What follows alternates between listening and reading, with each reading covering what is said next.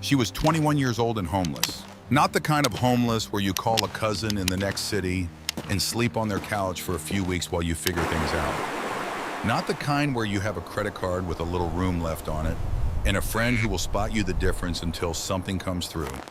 Not the temporary, manageable, embarrassing, but survivable kind that most people mean when they use that word. The kind where everything you own fits into one backpack and one sleeping bag that used to belong to your mother, and you have been carrying both of them for 7 months through bus stations and seasonal work camps and the back rooms of hostels, and putting them down in one place long enough to call it home has begun to feel like a thing that happens to other people. She had $10. Not $10 until her next paycheck. Not $10 in a checking account while she waited for a transfer to clear. $10 in cash folded into the front pocket of the backpack.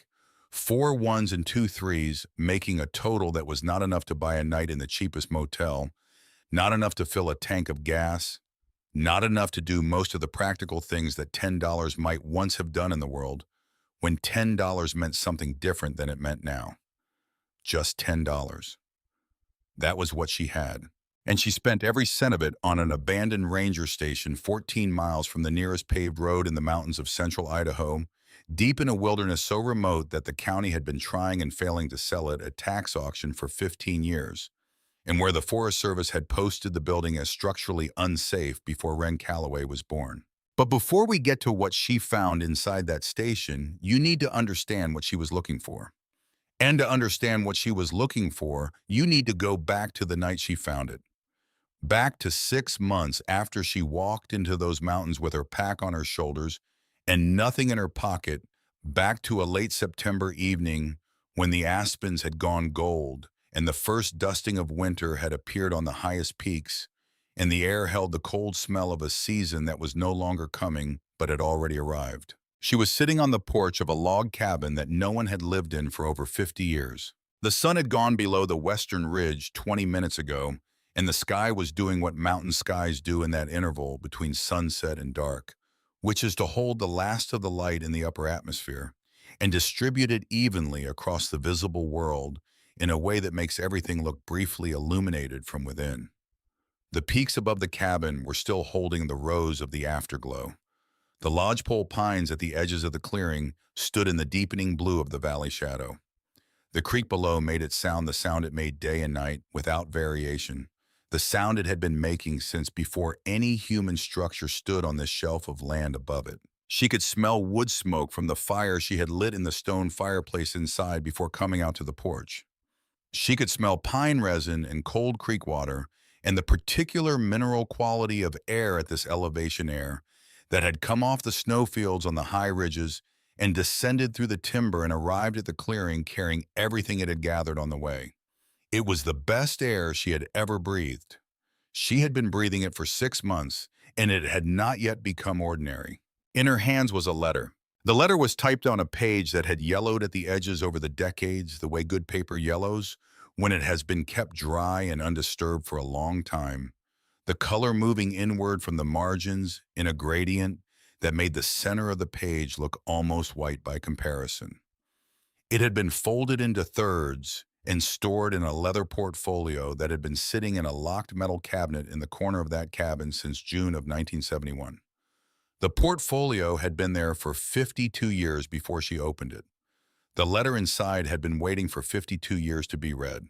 She had read it 3 times already. Her eyes were dry, but they had been filling and refilling since she unfolded it, for the first time the way a glass fills when you tilt it toward a running faucet and then pull it back before the water spills over the rim. Fill and pull back. Fill and pull back. The tears arrived and were called back and arrived again, and she held them there with the specific kind of control that belongs to people who have learned over years in necessity that crying is a private weather, something that happens inside and leaves no visible record on the outside, something you do not owe to the world at large. She had been holding them like that for 3 hours. On the back of the letter, written in a different ink than the typed text on the front, handwritten in blue ballpoint that had faded to the blue-gray of old sky, was something the man who wrote this letter had added at the very last moment. Something she could tell had been a decision made after the formal letter was already finished, After the page was already folded and about to be placed in the portfolio, and the portfolio locked in the cabinet, and the key hung on the nail. A decision made at the doorway, maybe, or at the truck, or standing in the clearing looking back at the cabin for what he knew would be the last time. She had not read it yet. She had folded the letter after the third reading along its original creases, and she had been sitting with it in her hands on the porch for 20 minutes, watching the mountains turn from rose to purple to the deep blue that precedes full dark, knowing that what was written on the back of the letter was there, and that she was not quite ready to look at it.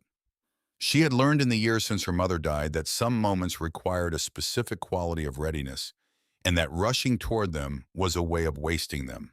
The mountains above her were patient. They had been patient for a long time. She turned the letter over. She read what was written there. And then she sat very still for a very long time, looking at the peaks turning from blue to black against the first stars. And she did not move, and she did not speak. And the mountains went on being the mountains around her, vast and permanent and entirely themselves. And the creek went on making its sound, and the raven that had been calling from somewhere in the dark timber fell silent at last. And the night came down over the clearing the way it always came, gradually, and then completely, without ceremony, without asking permission. To understand why a single page of old handwriting could hold a person still like that in a cold mountain evening, 200 miles from the nearest city.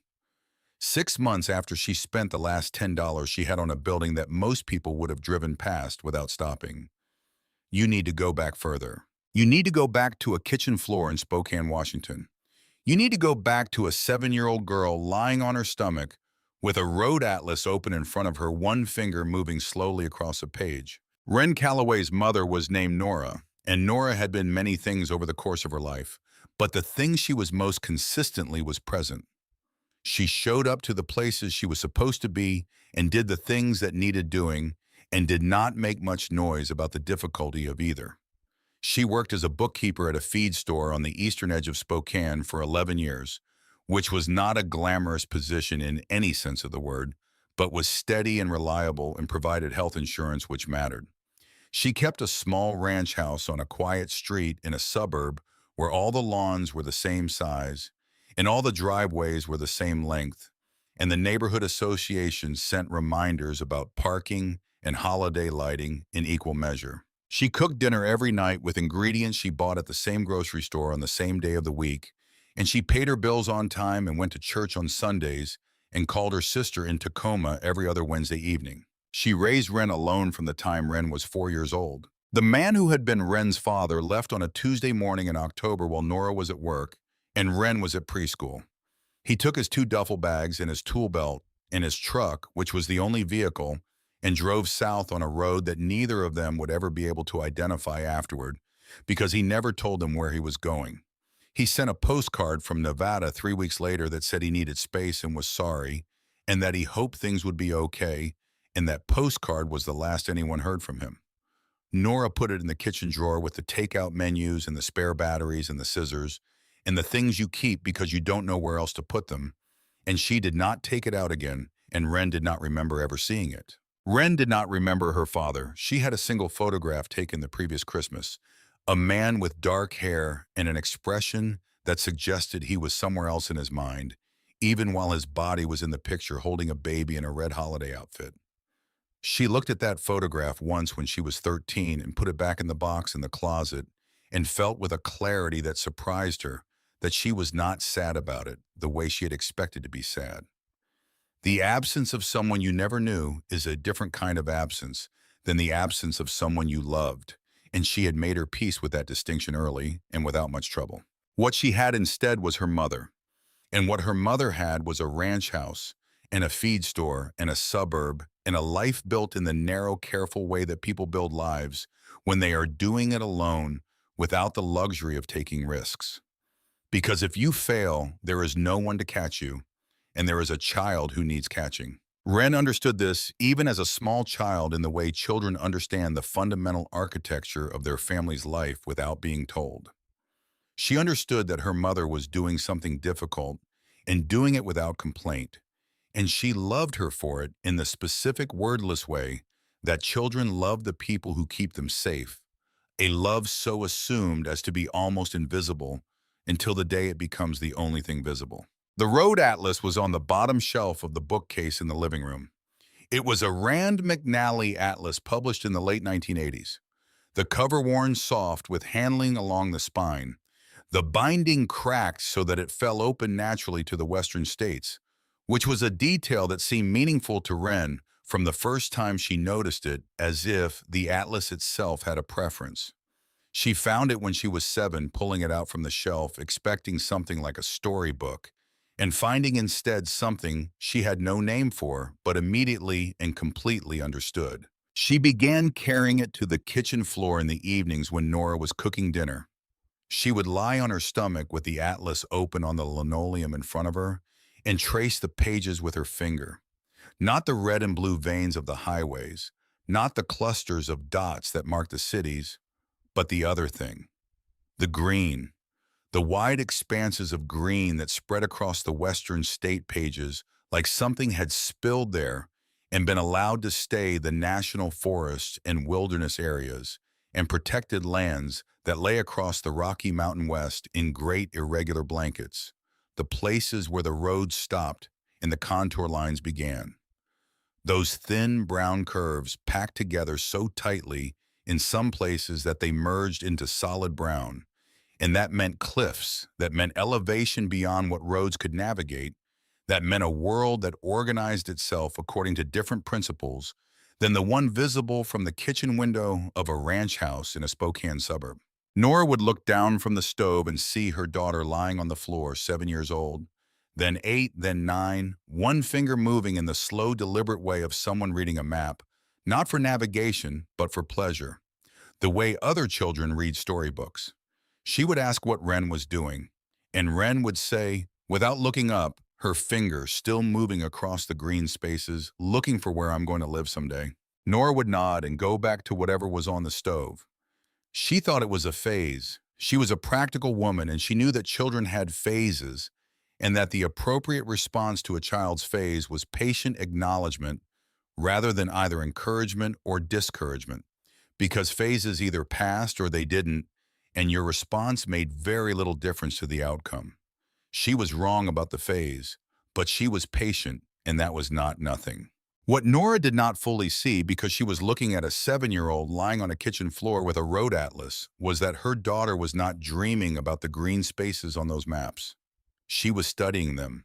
She was memorizing the relationship between the contour lines and the rivers, learning to read elevation from the density of the brown curves, understanding how water moved through terrain by looking at which way the valleys opened and which way the ridges ran.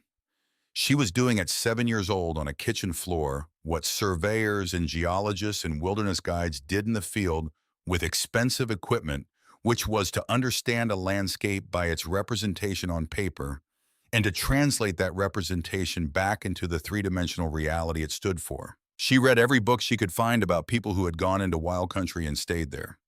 She read Jack London. She read accounts of expeditions to places that had no names on maps yet, and she read about the people who gave them names. She read a biography of a Forest Service ranger who had spent 40 years in the same district in Montana and knew every creek and ridgeline and burn area and old growth stand within 100 miles. And she read it the way other kids read about athletes or musicians, looking for the person who had done the thing she wanted to do and studying how they had done it. She carried a copy of Walden in her backpack all through high school and never quite finished it because she found Thoreau a little too pleased with himself, but she kept it because the idea it was built around seemed correct to her, even if the execution was occasionally irritating. She started camping alone at 14. She would take the city bus to the trailhead on Saturday morning, the driver giving her a look she had learned to ignore, and walk into the mountains for 3 days with a borrowed pack and her mother's old wool sleeping bag and a water filter and a headlamp and a topographic map she had learned to read from a library book about orienteering. She came back on Monday in time for school, smelling of wood smoke and pine and something harder to name, something that the mountains gave and the suburb did not. Nora met her at the door each time with an expression that contained an equal measure relief that her daughter had returned safely and the resigned recognition that she would do it again next weekend. She was not wrong. By the time Wren was 17, she had hiked more than 800 miles of trail in the mountains of Washington and northern Idaho. Mostly alone, mostly off trail following ridges and drainages and the logic of the terrain rather than maintained paths, because maintained paths were other people's interpretations of how to move through a landscape, and she had come to trust her own. She knew how to filter water from snowmelt. She knew how to start a fire in the rain using the dry interior of a birch limb and a blade and patience. She knew how to identify the plants that would keep you going if your food ran out. And she knew how to read the afternoon clouds to predict the next morning's weather. And she knew which direction the wind was coming from by the way it moved through the timber below her. She was building something. She did not know yet exactly what it was. But she was building it with the deliberate, unsentimental focus of someone who knows that the thing they are building will be needed. Her mother died in the spring of the year Wren turned 19. Pancreatic cancer, stage 4 already by the time the symptoms appeared and the doctor ordered the scan, and the scan showed what no one had wanted the scan to show. There was no treatment at that point that would change the direction of the thing. Only treatments that might slow it and that would certainly make everything harder in the meantime. And Nora, who had always been practical, chose to spend the time that was left being present rather than being sick in ways that served no one. 6 weeks. From the morning the doctor sat across the desk and said the words to the morning the funeral home came with the van. 6 weeks. It was not very long.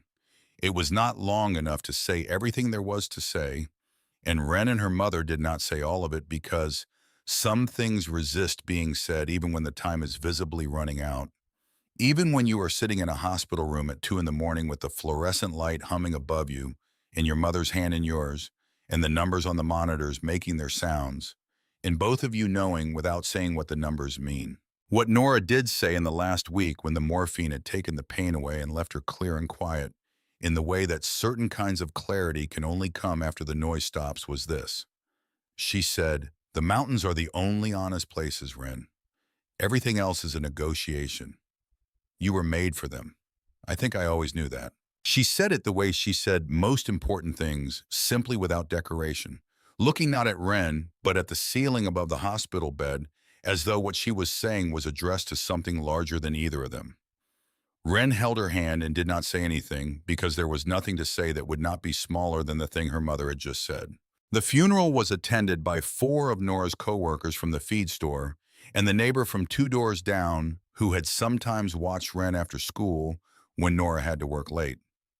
The minister said the things ministers say at funerals, words assembled for the purpose, not without kindness, but without the specific weight of having known the person being spoken about.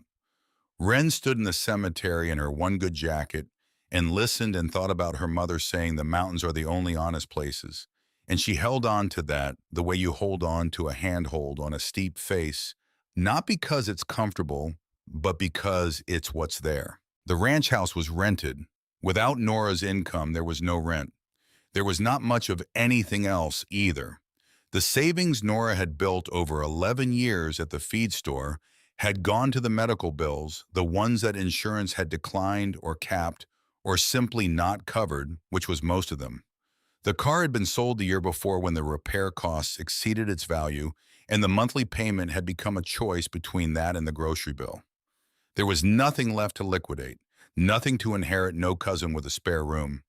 No practical mechanism for staying in the suburb in the ranch house on the quiet street where all the driveways were the same length. Wren packed everything she owned into the backpack she had been using for trail work for 5 years. Every pocket organized with the efficiency of someone who had learned long ago that the difference between a well-packed pack and a badly packed one was the difference between a good day and a bad one. She took the wool sleeping bag, which smelled still of her mother faintly, but unmistakably a smell she could not have described but would have recognized anywhere. She took her water filter and her headlamp and her topo maps and her pocket knife and the few items of clothing that still had useful life in them. She took the road atlas. She had not been sure she would, standing in the living room with the box open and the bookcase empty, and the afternoon light coming in at the angle that made the dust visible in the air. The atlas was not valuable in any practical sense. It was old and worn and easily replaced. But she had been looking at it since she was 7 years old, and it was the first map she had ever held. And leaving it felt wrong in a way she could not fully articulate. So she took it, wrapping it carefully in a plastic bag to keep it dry, and put it in the bottom of the pack where nothing could reach it. She walked out of the house on a cold morning in early March and did not look back. She had $400 in cash. That was everything. On the bus to the next city, moving through the gray morning landscape of eastern Washington, she opened the road atlas the way she had opened it hundreds of times since she was 7 years old. She turned to Idaho. She traced the mountains with her finger the way she always had. The green spaces, the places between the roads where the contour lines bunched together and the elevation numbers climbed. She was doing what she had always done when she did not know what to do next, which was to look at a map and let the terrain tell her something. She was about to close the atlas when she noticed the front cover. She had never, in all the time she had opened and read, that atlas looked at the inside of the front cover. She had always opened it to the maps themselves the way you never really look at the frame, when the painting is what you came for, the frame, invisible, always there, but never the point. The inside cover was blank territory passed over hundreds of times in 13 years. But now, tilting the atlas toward the morning light coming through the bus window, she saw something on the inside of the front cover that she had never seen before. A pencil sketch. Very faint, barely there, drawn in a hand she recognized even before she fully understood what she was recognizing. Her mother's handwriting. She had grown up watching Nora write in that hand checks and grocery lists and birthday cards and the small domestic notations of a careful life, and she knew the way Nora formed her letters, the slight leftward lean, the deliberate pressure, the way she made her sevens. The sketch was simple. A river and a road and a trail line that climbed toward what appeared to be a mountain pass, and at the end of the trail line a small X. Below the X, in the same faint pencil, SC, and below that, two letters DH. Wren sat with the atlas in her lap on the bus, moving through eastern Washington, and looked at the sketch her mother had drawn on the inside cover of a road atlas that she had kept for at least 13 years without once pointing at it and saying, "This is something, this matters, you should know about this." She sat with it for a long time. She did not know what SC meant. She did not know who DH was. She did not know when Nora had drawn this, or what conversation or encounter had produced it, or what she had intended for it. She could not ask. The bus moved. The landscape changed outside the window. Wren held the atlas and looked at the sketch and felt something she did not yet have a word for. Something in the range of recognition, the feeling of finding a thread in a coat pocket that you did not know was there, that you cannot immediately identify, but that you know with a certainty that precedes understanding belongs to something. She put the atlas back in its plastic bag. She put the bag back at the bottom of the pack. She rode the bus to the end of the line and got off and started the long process of figuring out what came next. What came next was 2 years. 2 years of seasonal work in borrowed shelter and the specific education that comes from moving through the working edges of American life. The orchards and the hostels and the trail crews and the bunkhouses, meeting people who had been living this way for years and who had developed, in the absence of permanent housing and reliable income, a detailed and practical knowledge of how to survive on the margins of a system that did not particularly account for them. She picked apples in Wenatchee that first fall, which meant 12 hours a day on ladders in the gray Washington autumn, the air smelling of fruit and diesel, and the particular sweetness of a harvest in progress. The orchards went on for miles. The trees were planted in long, deliberate rows that looked from the ridge above like the ruled lines in a ledger, and working them required a specific combination of speed and delicacy that took a week to learn and then became automatic. The hand knowing how to cup the apple and twist and pull without bruising. She filled bins that were weighed at the end of each day and converted into wages, and the wages were not much, But the math worked if you did not spend on anything that was not necessary, which Wren had always been good at not doing. She slept in a bunkhouse with 11 other workers and ate at a communal table and learned from a man named Castillo who had been picking fruit in the Northwest for 17 years and knew every harvest from Wenatchee to the Dalles, how to read the season and position yourself ahead of it. She learned from him the way she had always learned useful things, which was to listen more than she spoke and to pay attention to the difference between what people said and what they did, because the second was always more accurate than the first. She worked at a backpacker hostel in Seattle the following winter, washing dishes and cleaning bathrooms and remaking bunk beds in exchange for a bed and one meal a day, which meant she spent almost nothing of the Apple money and arrived in spring with more than she had started with. This was the arithmetic she had learned and was learning to trust. You did not need much if you kept the need small, and you could build something from the margin if the margin was consistent. But it was the summer she spent on the trail crew in the Cascades that changed something fundamental in how she understood what she was doing. The Forest Service hired seasonal workers each summer for trail maintenance in the backcountry, and the work was everything she had been preparing for without knowing she was preparing. She spent 12 weeks at a base camp 3 miles from the nearest road, swinging a Pulaski axe in the rain to clear drainage ditches, moving rocks off the trail surface by hand, cutting blowdown with a handsaw because the wilderness regulations prohibited chainsaws in the protected areas. The pay was $11 an hour. She would have done it for nothing. The crew supervisor was a man named Aldous, who had been running trail crews in the Cascades for 20 years and could tell within the first 30 seconds of watching someone work whether they had what the work required. What it required was not strength exactly, or even endurance, though it required both of those. What it required was a particular quality of attention, the ability to stay present in physical work that was repetitive and demanding without either drifting into boredom or grinding against the monotony. It required the discipline to work at pace hour after hour without the stimulation of variety or novelty, to find the satisfaction in the work itself rather than in any external reward. Aldous watched Wren work on the first day and did not say anything. On the fifth day, he said, "You've done this before." Not as a question. She said she had been walking these mountains for years. He said, "I can tell." He said, "The mountains teach you something if you let them." She said she knew.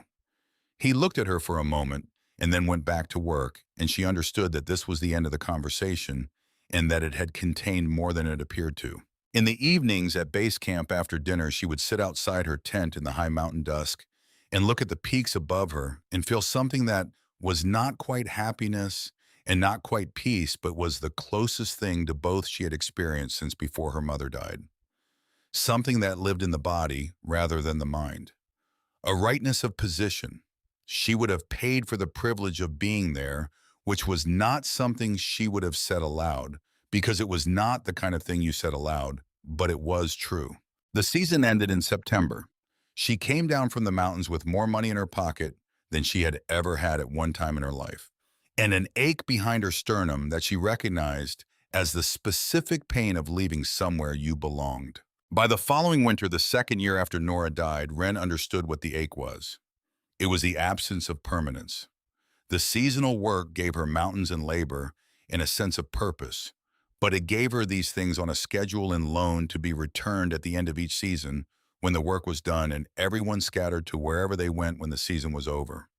She did not have a wherever. She had a pack and a sleeping bag and a careful arithmetic of margin. She wanted somewhere to put her bag down and leave it there.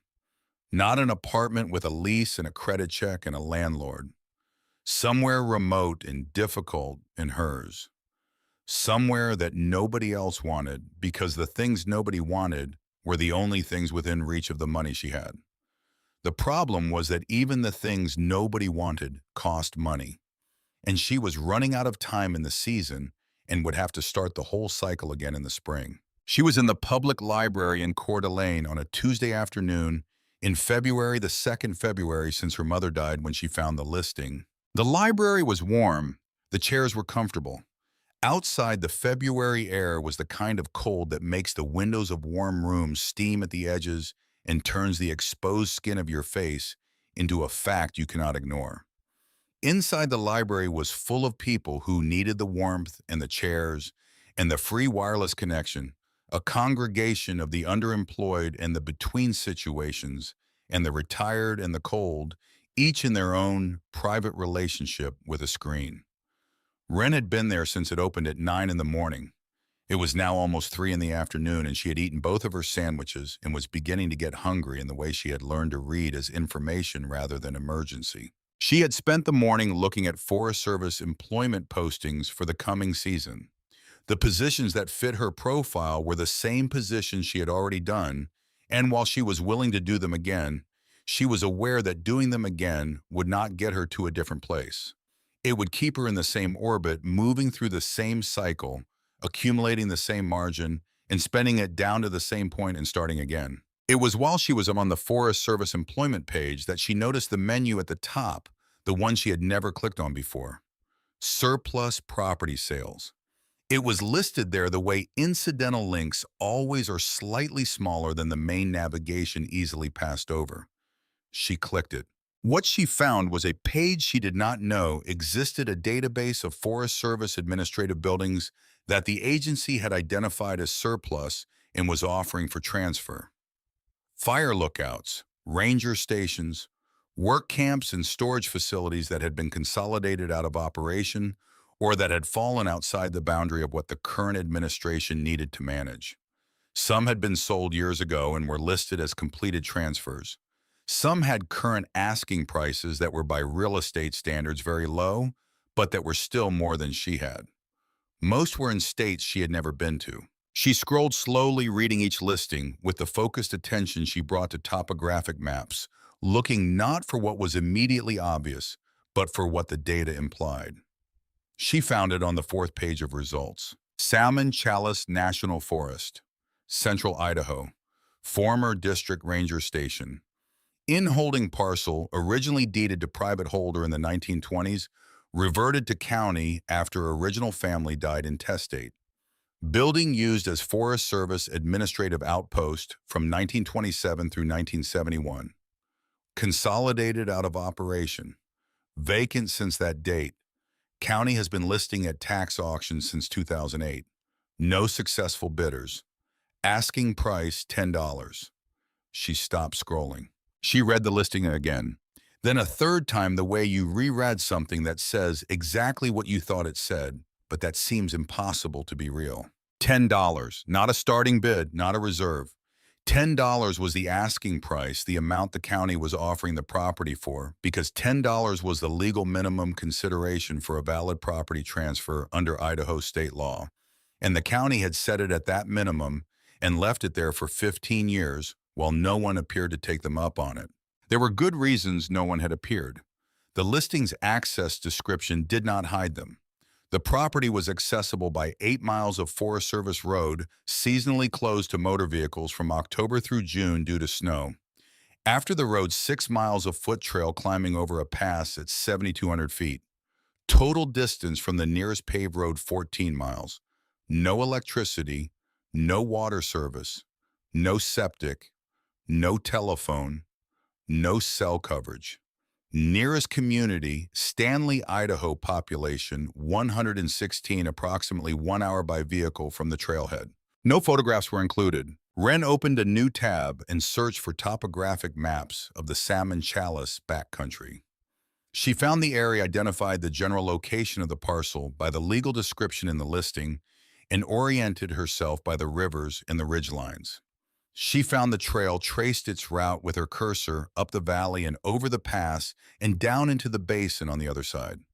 She studied the contour lines around the listed parcel, the elevation, the aspect, the drainage, the orientation relative to the ridges that would determine where the snow came from and where the sun fell in winter, and which direction the wind had the longest uninterrupted run. She looked at where the creeks ran, which told her about the water. She looked at the south-facing slopes, which told her about the sun. She looked at the shape of the basin, which told her about the wind. She looked at all of it for a long time, and what it told her was that a person who knew what they were doing could survive there if they prepared correctly and worked hard and did not make serious mistakes. Then she reached into the front pocket of her pack and took out the road atlas. She opened it to Idaho.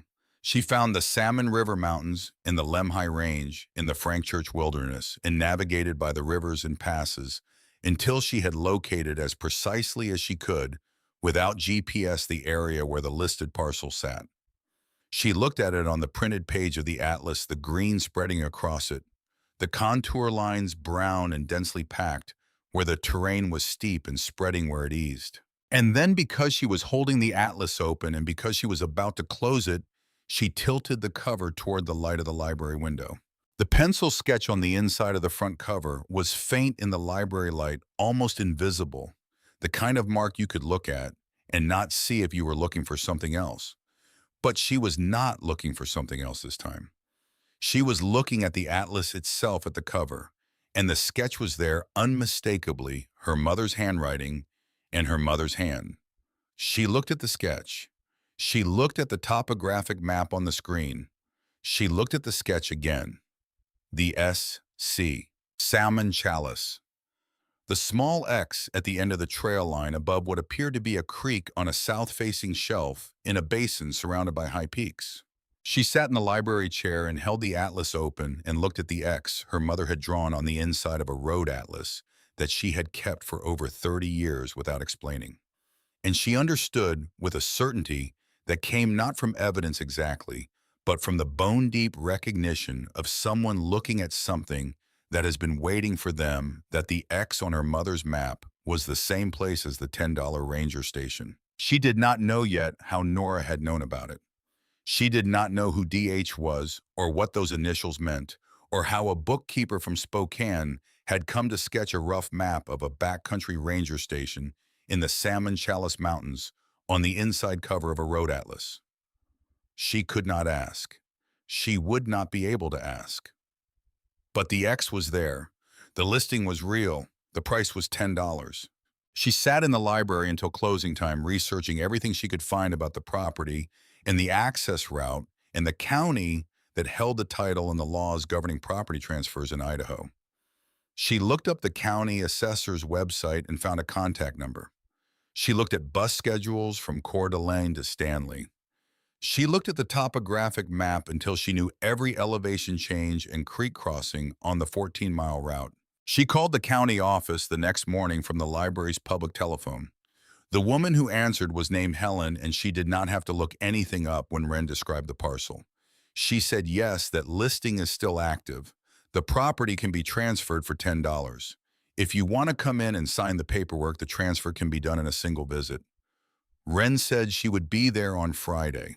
Helen said she would have the papers ready. Wren put down the phone and looked at the $10 in her pack, which was all the money she had, and then looked at the topographic map still open on the screen, and then looked at the pencil X on the inside of the road atlas, and then very carefully closed the atlas and put it back in its plastic bag and put the bag at the bottom of the pack. She took the bus east on Thursday morning.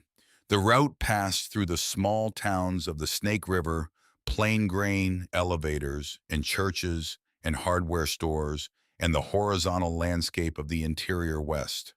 In winter, everything brown and wind-scoured under a sky that took up more of the visible world than the land below it. She watched it go by through the window and thought about the fact that she was going somewhere, which was a different feeling from going away from somewhere, and held the distinction carefully because it mattered. She arrived at the county seat on Friday morning with her pack on her shoulders and walked from the bus stop to the courthouse, which was a two-story sandstone building from the early part of the last century, the stone weathered to a warm amber in the winter light, an American flag snapping at the top of its pole in the wind off the mountains. She went inside and up the stairs to the assessor's office and pushed open the glass door. Helen was a woman in her 60s with reading glasses on a beaded chain and the organized efficiency of someone who had been processing paperwork for a long time and had made peace with the volume. She brought out the folder and spread the documents on the counter and walked Wren through them without condescension, explaining each signature line and what it meant, and the terms were exactly what she had described on the phone $10 as.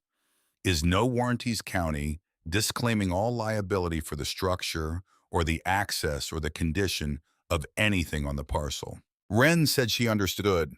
Helen set a pen on the counter. Wren picked it up. She had just begun to sign the first document when the door behind her opened. The man who walked in was in his mid-50s with the composure of someone who had spent years in rooms where composure was the primary currency. He wore a wool sport coat over a collared shirt and carried a leather document case under one arm and walked to the counter with the particular ease of someone who expected to be taken seriously in any room he entered. He looked at the papers on the counter. He looked at Wren. He looked at Helen. He said his name was Grady Vickers.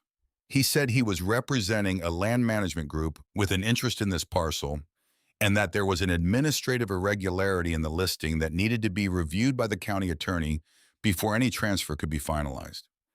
He said this in the tone of someone delivering information rather than making an argument calm, and measured the way a doctor delivers a diagnosis as though the conclusion were already settled, and he were merely relaying it. He did not raise his voice. He did not look at Wren while he was speaking. He addressed himself to Helen, which told Wren everything she needed to understand about how he had categorized the situation. Wren had not stopped writing. She signed the first document while Vickers was still talking, moved the pen to the second sign, that moved to the third. She was not ignoring him. There was simply nothing he had said that changed any of the relevant facts, which were, the listing was legal, the transfer was legal, the price was $10, and she had $10 in her pack. She finished the third signature. She took $10 from the front pocket of the pack and placed the bills on the counter.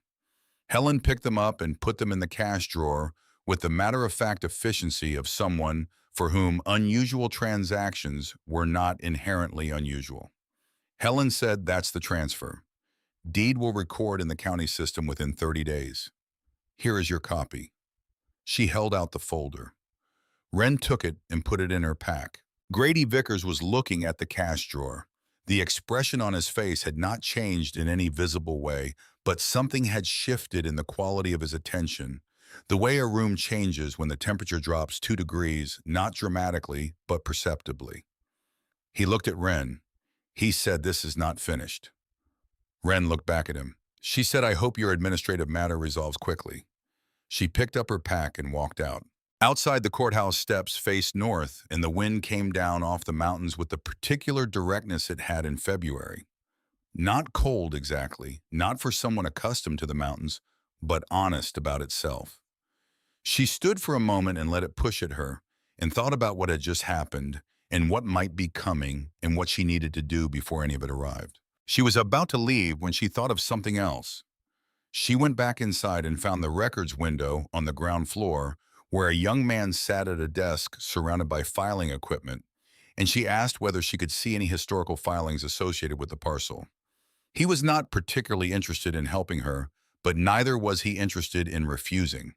And after a moment, he pulled up the county records database and scrolled through the file. The file was thin, mostly tax records and auction notices going back 15 years. But at the back, flagged with a yellow sticker that had dried and was no longer adhering properly, was an incident report from 1987. A man named Roy Fitch, 43 years old, from Pocatello, a hiker and outdoorsman with some backcountry experience.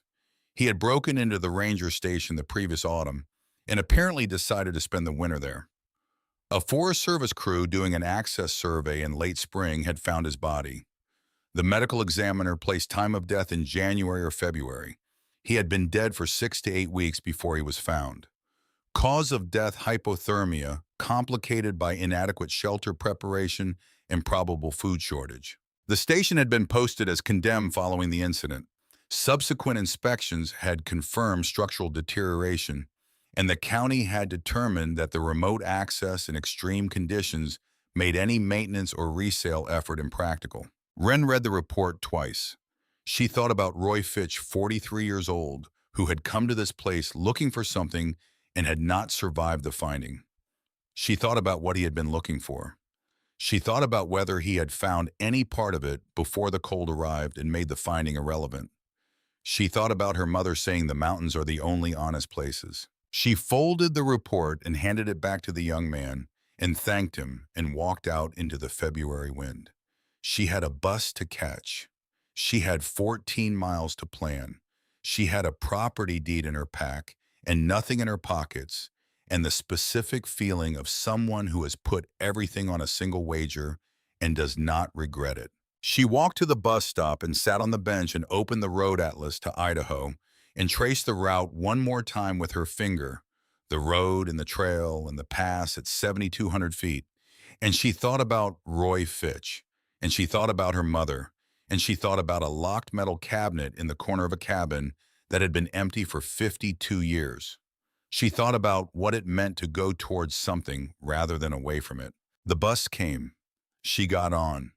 She found a seat by the window and watched the country going by outside the brown fields and the frozen creeks and the mountains appearing and disappearing in the distance as the road curved through the foothills. And she thought about honest places and what it cost to find them and what it cost to stay. She had $10 to her name and she had spent it. She had nothing now except a deed and a pack and a pair of boots that had carried her over 800 miles of mountain trail and had more in them yet. She had the sleeping bag that smelled of her mother. She had the road atlas with the pencil X on the inside of the front cover. She had a direction.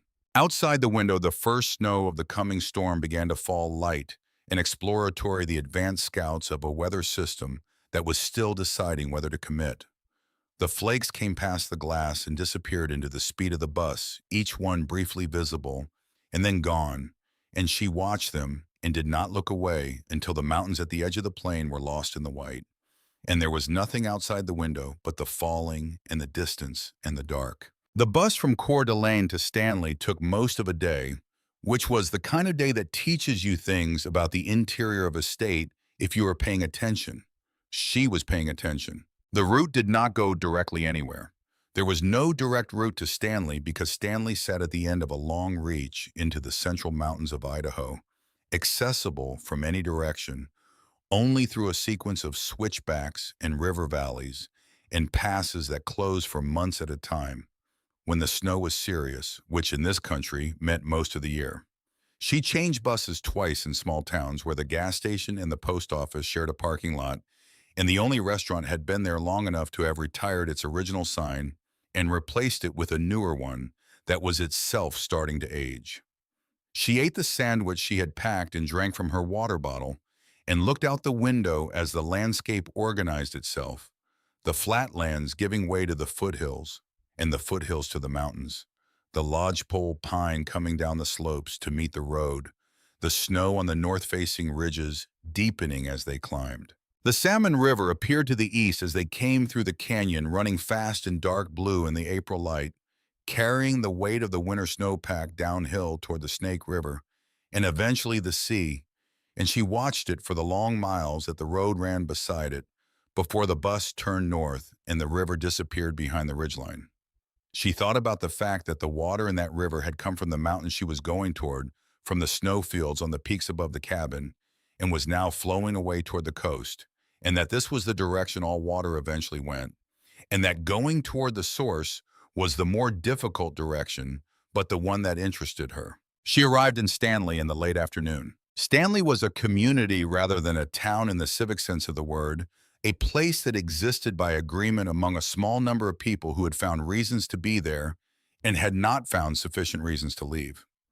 The Sawtooth Mountains rose behind the valley to the north in a wall of granite so jagged and vertical that they looked like something drawn by a person who had never been told that mountains were supposed to taper gradually. In the low afternoon light, they were the color of cold steel, their peaks above the snow line, bright white against the blue of the sky.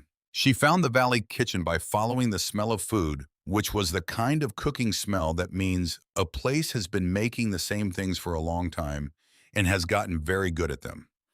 It was a low building with a hand-painted sign and a gravel parking lot, and inside it had the proportions of a place designed around practicality, the counter along one wall, the booths along the other, the space between them enough to move through efficiently, but not enough to feel empty. The woman behind the counter was Hazel Ingram, though Wren did not know that yet.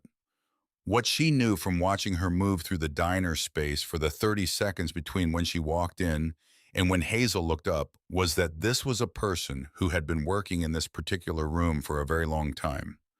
The economy of her movement, the way she knew without looking where every surface and implement was, the calibration of her attention between the counter and the kitchen window, all of it spoke of a person who had been here long enough that the space had become an extension of her body. She was 72 years old with silver hair kept pinned up during service and a directness of manner that was not unfriendly but did not waste itself on pleasantries when there was nothing that needed pleasanting. She looked at Ren when Ren sat at the counter, the complete and immediate assessment of someone who had looked at a great many people over a great many years and had developed an accurate method. She brought a menu and coffee without being asked. Ren ordered the beef stew which had been going since morning, which was something Hazel mentioned in the way that people mention facts that speak for themselves. She ate it while the dinner crowd trickled in, ranchers and a couple of Forest Service workers still in their uniforms, and a family who appeared to be passing through on their way somewhere else. And she ate without speaking because the stew was good, and because she was building herself for the morning, and because there was nothing to say that the food was not already saying. She paid the exact amount when she was done. She left $1 she could not afford. She was halfway to the door when Hazel said, not looking up from the counter she was clearing, "Trailhead for the Langer Creek Road is 12 miles east on 75. Left at the junction. South-facing slope to the pass should be clear by now. Snow's been moving fast this week." Ren stopped with her hand on the door. She turned around. Hazel was still clearing the counter, her back partly toward Ren, her movements as efficient and unremarkable as they had been throughout. Ren said, "How did you know where I was going?" Hazel said, "Helen. At the county assessor's calls me when someone buys that listing. She's been doing it since the first year it didn't sell. I told her to." She paused and set a glass in the rack below the counter. "I've been waiting a while for that call." She did not explain what she meant by that. She went on clearing the counter. Ren stood in the doorway for a moment and felt the cold air coming in from outside and the warm air of the kitchen behind it. And she thought about what it meant that this woman had been waiting for someone to buy that listing and had asked the county clerk to call her when it happened. Then she walked out. She camped that night at the trailhead, which meant sleeping in her tent in the parking area at the end of the paved road because there was no shelter otherwise and no money for one. The night was cold, but not viciously, so the kind of cold that makes itself known without being threatening. And she lay in the sleeping bag and looked at the stars through the mesh and thought about the 14 miles ahead of her and sorted through the logistics, the way she always sorted through the logistics of a difficult route, methodically starting with water and food and ending with contingencies because contingencies were what got people into trouble when they were not considered in advance. She woke before dawn and packed her camp in the dark and ate a cold breakfast and repacked her pack one final time, redistributing the weight to sit high and close to her spine, securing everything that needed securing, checking the zippers and the buckles and the lacing on her boots. When the sky began to gray in the east, she shouldered the pack and started up the road. That was when she met Calhoun Ridley. He drove up in a Forest Service truck, a green cab older than most of the vehicles on the road. Its door panels faded by mountain sun to a color that was almost gray, and he got out with the economy of movement that large men develop when they have spent decades doing physical work and have learned not to waste any of it. He was 68 years old, built solidly in the way of someone who had not been heavy but had been strong for a long time. His face weathered to the consistent quality of old hide. The kind of face that does not look any particular age past a certain point, because all the years have merged into something that simply reads as permanent. He wore his Forest Service uniform with the ease of long habit, the kind of ease that means you have stopped noticing what you are wearing. He walked to the gate of the road and checked a padlock and wrote something in a small logbook he kept in his breast pocket. And all of this happened without any reference to Ren's presence, not because he had not seen her, but because he was finishing what he was doing before he addressed something else. Then he looked at her pack, he looked at her boots, he looked at the way she was standing balanced and easy under the weight, not leaning against it or fighting it, but carrying it the way a person carries something familiar. He said, "South-facing trail to the pass is clear." North-facing approach has ice patches about 400 feet below the summit. Kick your steps. Don't trust anything that looks like packed snow until you test it. He said it the way men who have spent decades in the mountains say things, which is without emphasis, as information rather than instruction. The relevant facts delivered without the performance of concern. Wren said, "How long have you known about the station?" He said, "Longer than you've been alive." He said it without sentiment as a measurement. Then he turned to go back to his truck. Through the open window as he started the engine, still not looking at her, he said, "Lookout tower is structurally sound. Cab is solid. Upper ladder section has a bolt needs replacing. Don't climb it in high wind until it's done." Then he drove away. Wren watched the truck until it went around the bend and was gone. Then she opened the gate and started walking. What does a man leave behind when he has nothing but his years of work and the land he served? She was thinking about that question, or about the shape the question would eventually take, as she walked the first mile of the forest road in the early morning light. She was thinking about Calhoun Ridley and about the man who had written the letter she had not yet read. Two men of different generations who had given their working years to the same system of mountains and who had both in their different ways left something of themselves in it. She was thinking about what it meant to love a place not romantically, not as an idea, but practically and daily with your hands in your back and the accumulated knowledge of where the water ran and where the snow held and where the animals were in the third week of October. The road climbed gradually through stands of lodgepole pine and aspen. The lodgepoles tall and straight, with their lower trunks bare for the first 20 feet in the way of their species, reaching straight for the light above the competition. The aspens were not yet leafed out their branches, still the gray-silver of winter, but she could see the buds swelling on the smaller twigs, the first insistence of the season. The ground on either side of the road was patchy with old snow in the shaded sections, and wet and dark where the melt had happened. The soil that specific shade of dark brown that means water has just passed through. She crossed the first creek on a log bridge so old the logs had flattened on top and gone the gray of driftwood, standing for decades in the elements. She stopped there and looked at the water running fast below her full, with snowmelt carrying a thin fringe of white foam at the edges, where it had pushed through narrows upstream. She filtered 2 liters, drank one on the bridge, stored one, and kept walking. A mile past the first bridge, she entered the old burn. It was not a recent fire. The dead trees standing silver gray among the new growth were bleached and limbless, and beginning to fall, some already down and decomposing into the dark soil around their bases, and the dates on the Forest Service burn boundary markers that she passed were from the early 2000s, 20 years or more. And in the space that the fire had opened below the silver standing dead, the new forest was arriving with the specific exuberance of a system that has been waiting for permission. Aspen and alder, the willows along the creek margins and between them, the lodgepole seedlings that would eventually close the canopy again, and the whole process would begin its slow cycle once more. Centuries from now, fire and return, and fire again. There was a lesson in Burns, if you were willing to read it. The lesson was not comfort, exactly not the sentimental idea that things always grow back and everything eventually heals, because sometimes things did not grow back and not everything healed. The lesson was more precise than that.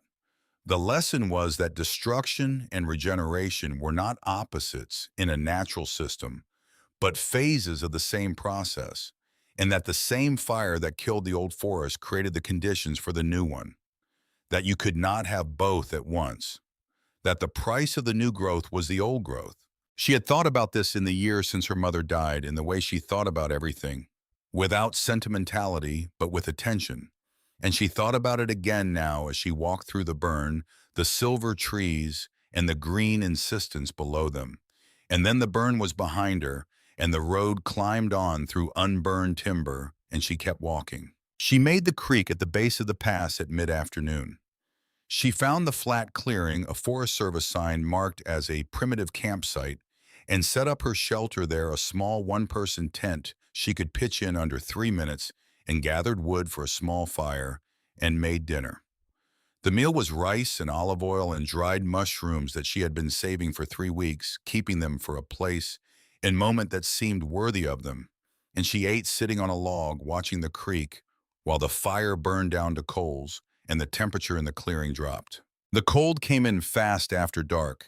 It always did at elevation when the sky was clear, the ground radiating back into the sky. Everything it had absorbed during the day, the temperature falling in the way a weight falls when the string is cut gradually at first and then all at once. She went into the tent and put on every layer and got into the sleeping bag, the wool bag that had been her mother's, and she put her water bottle inside the bag with her to keep it from freezing and lay on her back and looked at the sky through the mesh. The stars came out one at a time, the brightest first Orion setting in the west and the spring constellations rising in the east. And then they came all at once, the full sky appearing as though a door had been opened, the Milky Way. Not a suggestion in this country, but a fact, a dense river of light running from one horizon to the other. She lay there and looked at it and felt the specific quality of smallness that comes from lying on the ground under a mountain sky. Far from any city, a smallness that was not diminishing but clarifying the way a very large landscape can make the details of your individual situation feel exactly as small as they actually are, which is a relief when the details have been feeling larger than they deserve. She slept hard and deep, the sleep of someone whose body had been working all day in cold air and had earned rest without negotiation. She woke before dawn, which in April at this elevation meant waking into a tent glazed on the outside with frost and an interior temperature that required her to see her breath. The sky visible through the tent mesh was the pale rose of the highest light, the color that comes before sunrise to the upper atmosphere, the signal that the machinery of the day is beginning to turn without yet having produced its primary effect. She ate and broke camp and started up the trail before the sun cleared the eastern ridge because she wanted the light behind her when she reached the pass and the long descent in front of her in the best hours of the day. The trail to the pass was a different proposition from the road below it. It was narrower and steeper and maintained to the minimal standard of backcountry trails, which meant the major obstacles had been cleared and the worst erosion addressed, and everything else was exactly as the mountain had arranged it. The north-facing slope below the summit still held patches of old snow, as Calhoun Ridley had told her it would, the snow compressed and refrozen into a surface that looked like consolidated powder, but was in places ice over a hard base.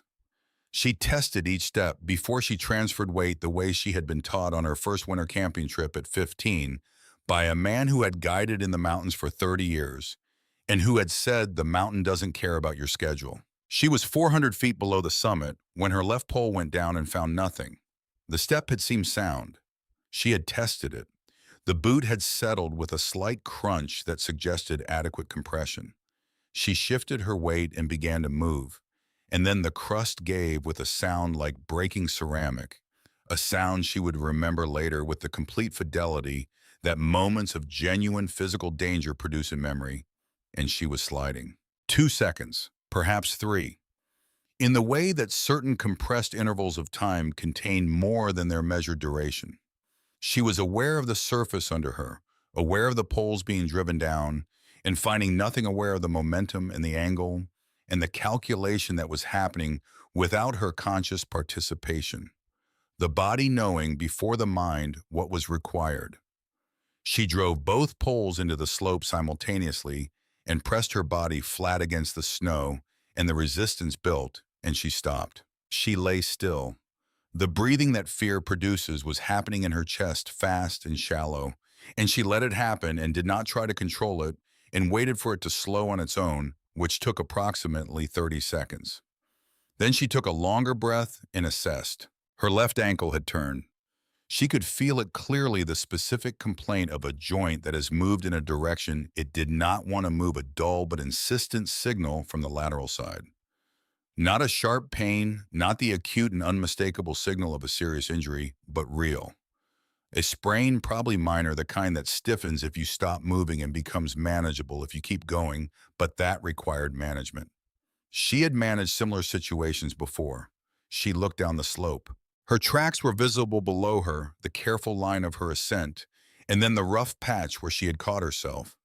She could see the clearing of her campsite through the trees far below a small light patch in the darkness of the timber. She could be back there in 40 minutes.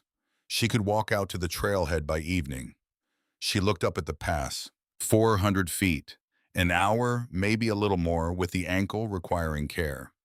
She could see the gap in the skyline between the two granite peaks, a narrow notch where the wind moved through in a constant stream, bending the last scraggly fir trees that clung to the rock on either side. Beyond that notch was the far side, the descent, the valley, the cabin. She thought about the pencil X on the inside of the atlas cover. She thought about her mother saying the mountains are the only honest places. She drove her right boot into the slope above her and tested it before she put weight on it. It held. She moved the poles. She brought the left foot up carefully and tested the placement and moved the poles again. She did not look down. She looked only at the next 4 feet of slope in front of her face, reading it, deciding, moving. One step at a time, the way everything difficult is done, the way it can only be done with full attention on the immediate and no attention wasted on the rest. In 1 hour and 9 minutes, she stood at the pass. The wind hit her immediately, the pass being exactly the kind of geographic feature that collects wind and directs it with intent, the cold air from the north running through the gap with purpose. She stood in it and let it push at her and look back the way she had come. The mountains she had crossed, standing in every direction, the valley she had walked through, already far below the timber. A dark green carpet broken by the silver gray of the old burn and the white of the remaining snowfields on the shadowed faces. She looked at all of it for a moment. Then she turned. The far side opened downward through what looked like a long valley of timber lodgepole, and aspen mixed the aspens already beginning to show the first pale green of the season. The translucent color that aspen leaves have for approximately 2 weeks in spring before they harden and darken into the full green of summer. A color that exists only at this altitude, at this latitude, at this precise moment of the year. A color that is an event rather than a condition. She began to descend. Her ankle reported its subjection at each change of angle, and she managed it, adjusting her gait using the poles for support on the steep sections, moving carefully and efficiently because efficiency was what the situation called for. Pain was information. She had learned this early, and it had served her well. The information the ankle was providing was be careful here, not stop here. The timber deepened as she lost elevation. The trees taller, the ground softer underfoot where the frost had gone out of the soil and left it dark and yielding. She crossed the creek that drained the basin on a simple log, crossing a single large log with notches cut into it for footing the work of some long-ago trail crew. She climbed a low ridge and came down the other side into a section of subalpine meadow where the snow had finished melting and the ground was wet and beginning to wake up. The first wildflowers of the season were there. Glacier lilies with their yellow heads on thin stems bent slightly by their own weight. The earliest flowers of the mountain spring, the ones that push up through the last snow when the ground is barely warm enough. Spring beauties in white clusters. The fuzzy purple-gray heads of pasque flowers that look less like flowers than like small animals curled against the cold. She did not stop to look at them because daylight was still a resource, and her ankle was still talking, but she noticed them the way she noticed everything in the field peripherally and completely, the world presenting itself to the edge of her attention and trusting her to register it. She smelled the cabin before she saw it. Not smoke, because there had been no fire in that fireplace for over 50 years. The smell was something else, something that very old buildings develop when they have been absorbing weather and seasons for long enough to have acquired a character of their own. Old wood and old metal and old dust, all of it warmed by the afternoon sun that had been working on the south-facing wall since morning, a smell with layers to it, each layer a different decade of the same silence. The trees thinned at the edge of the meadow. She stepped into the clearing. It was exactly as she had imagined it from the topographic map and the listing description, and also completely different, because imagination builds from data, and data is not the same as standing in a place with your body while the afternoon light hits it at its specific angle at its specific time of year. The cabin sat on a shelf of land above the creek, built of logs that had darkened over nearly a century to the color of old iron single-story, with a steep green metal roof designed to shed snow, its color oxidized to a matte that caught the late light without reflecting it. A covered porch fronted the south side, its boards old and gray. A stone chimney rose from the west wall. Three windows faced her on the front elevation, their glass intact, clouded with years of dust. Above the door, a carved wooden sign whose lettering was too weathered to read. Behind the cabin, at the edge of the clearing where the timber began, the fire lookout tower rose 60 feet against the sky. It leaned very slightly to the east, not enough to alarm, just enough to establish that it had been standing long enough to form an opinion. A switchback ladder climbed its side to a small enclosed cab at the top, the glass of the cab window still present, filmed with years of weather and dust. She stood at the edge of the clearing and looked at all of it. The light was the color that the afternoon produces at this elevation when it is coming in low and working on old wood copper going toward gold. The lodge poles at the edge of the clearing moved slowly in the same breeze, the tops going in a single wave that traveled the length of the tree line and disappeared. Below the clearing, the creek made its sound. A raven called from somewhere deep in the timber beyond the lookout tower, the sound carrying impossibly far in the thin mountain air, and then fell silent, and the clearing was quiet except for the creek. She had been looking at maps of this place, or of the region that contained this place, since she was 7 years old. She had been looking more recently at the specific topographic maps of this drainage and this basin. She had been imagining this moment on some level for her entire conscious life. And the moment, as she stood at the edge of the clearing with her pack on her shoulders and her ankle aching, and the last of the afternoon light moving across the log walls of the cabin, was not what she had imagined. It was better. It was more specific. It was exactly itself. She walked across the clearing to the porch. The boards creaked under her weight with the sound of wood that has not been walked on for a very long time, a dry complaint rather than an alarm. She tried the door handle, locked as expected. The lock was old, and the wood around the latch had softened over the decades, and when she put her shoulder against the door and pushed with steady pressure rather than force, the latch gave with a dry, splintering sound, and the door swung inward. The smell that came out was the accumulated smell of 52 years of sealed silence. Dust, old wood, cold metal, the faint residue of wood smoke from fires long since cold, the particular still quality of air that has not moved in a very long time. She stepped inside. One large room. The floor was rough-cut pine planks, each board wide in the old way, dark with age in the center where feet had traveled, and lighter at the edges where the decades had simply passed without traffic. The walls were the same dark logs as the exterior, the chinking between them largely intact, crumbling only at the corners where the building's settling had opened small gaps. The ceiling was open to the rafters, the peak of the steep roof visible above, and at the far end a wooden ladder led to a sleeping loft, just visible in the fading light. A stone fireplace dominated the west wall, the hearth made of flat creek stones fitted together with care, each one different, each one placed with enough attention that they had held their arrangement through 52 winters and springs. Beside the fireplace, a cast-iron cook stove, its surface rusted in the cosmetic way of iron that has been kept dry, the firebox intact. The furniture had been left, a heavy table in the center of the room with two chairs, a cot frame against the back wall, a bookshelf along the east wall empty but level, a small writing desk under the front window, its surface darkened, a coat rack by the door with 3 iron hooks, all empty. Everything was covered in the dust of 52 years. Everything was exactly where someone had left it on the last day they were here.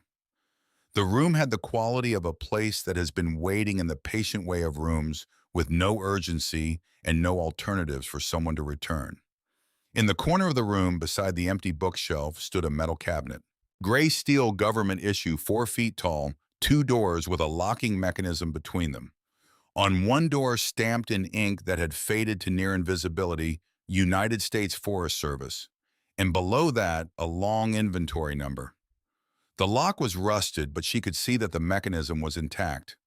The doors were closed and had been closed, she understood without having to think about it, since the last ranger walked out of this room and locked them. She tried the handle. Locked. She looked at the cabinet for a moment, listening to the silence of the cabin, which was a complete silence, the kind that accumulates when nothing has made a sound for a very long time and has grown dense with its own duration. Then she looked around the room. Above the door on a nail she had passed without noticing when she came in hung a small metal ring. What would you do if the key to a locked door had been hanging on a nail for 50 years? The ring held 3 keys. 2 were skeleton keys, old size for a door lock of the period. The third was different, smaller, lighter, made of steel that had not rusted because it had been hanging in a dry interior for decades. The kind of key that fit a filing cabinet lock or a storage locker. She took the ring off the nail. She went to the cabinet. She fitted the third key into the lock. It turned. She stood back and opened the cabinet doors one and then the other, letting the air settle before she looked at what was inside. Maps. Not a few maps, not a folder. Hundreds of them folded and stacked on the shelves from bottom to top, each one organized by region and labeled in pencil on the outside fold in a small, precise hand. Date and description on every one. She pulled the nearest from its place and unfolded it carefully. A USGS Topographic Survey original printing. 1937. The paper heavy and only slightly brittle at the old folds. The contour lines still sharp, the elevation notation still legible in the fine print of the era. She refolded it along its creases and returned it to its position and pulled out another. A fire response map from 1944. The burned perimeters drawn in red pencil over a printed base. Handwritten notes in the margins, in a different hand. Initials and dates and wind directions recorded in the careful notation of someone whose job was to track exactly this kind of thing and to be accurate. She knew what she was looking at. She had been in enough Forest Service facilities, worked enough trail crew seasons, spent enough time around rangers and supervisors who cared about the history of their districts to recognize the material in front of her. These were not copies, these were originals, or many of them were the actual survey maps and fire records from an era when such things were produced by hand and corrected by hand. And the surviving copies were rare enough to be worth significant money to the right people. She set the 1944 fire map on the table and reached back into the cabinet. On the bottom shelf behind the map collection, pushed against the rear wall, as if to make them less visible from the front, were 3 canvas bags, each tied shut with cotton twine, each heavier than they looked. She set the first one on the floor and untied the knot. Inside the bag was money.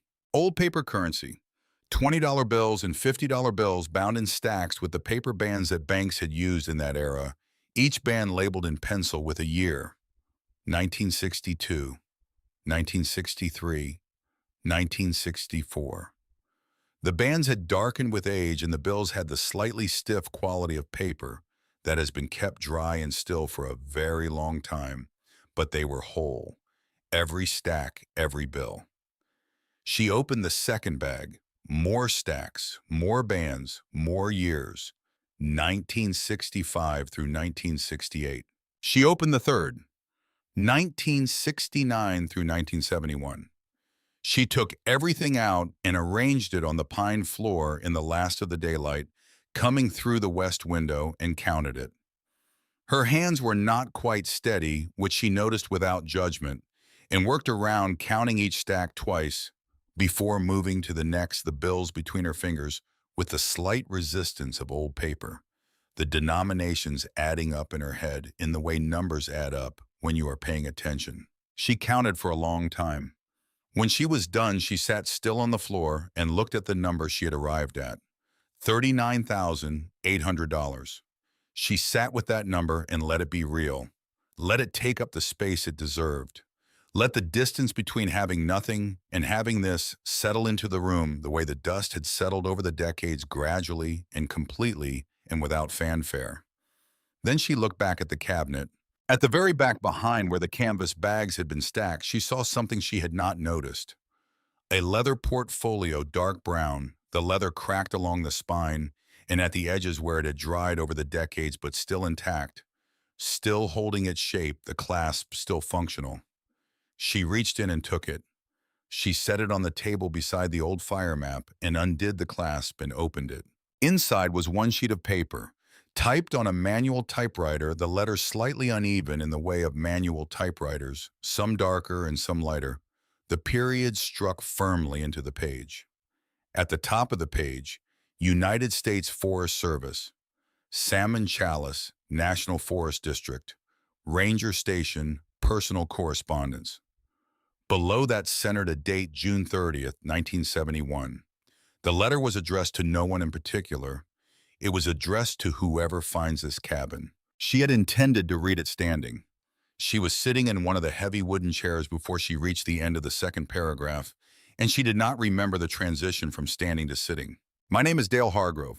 I have served as the district ranger of this station since 1958 when I was 27 years old. For 13 years, this cabin has been my home, and these mountains have been my responsibility.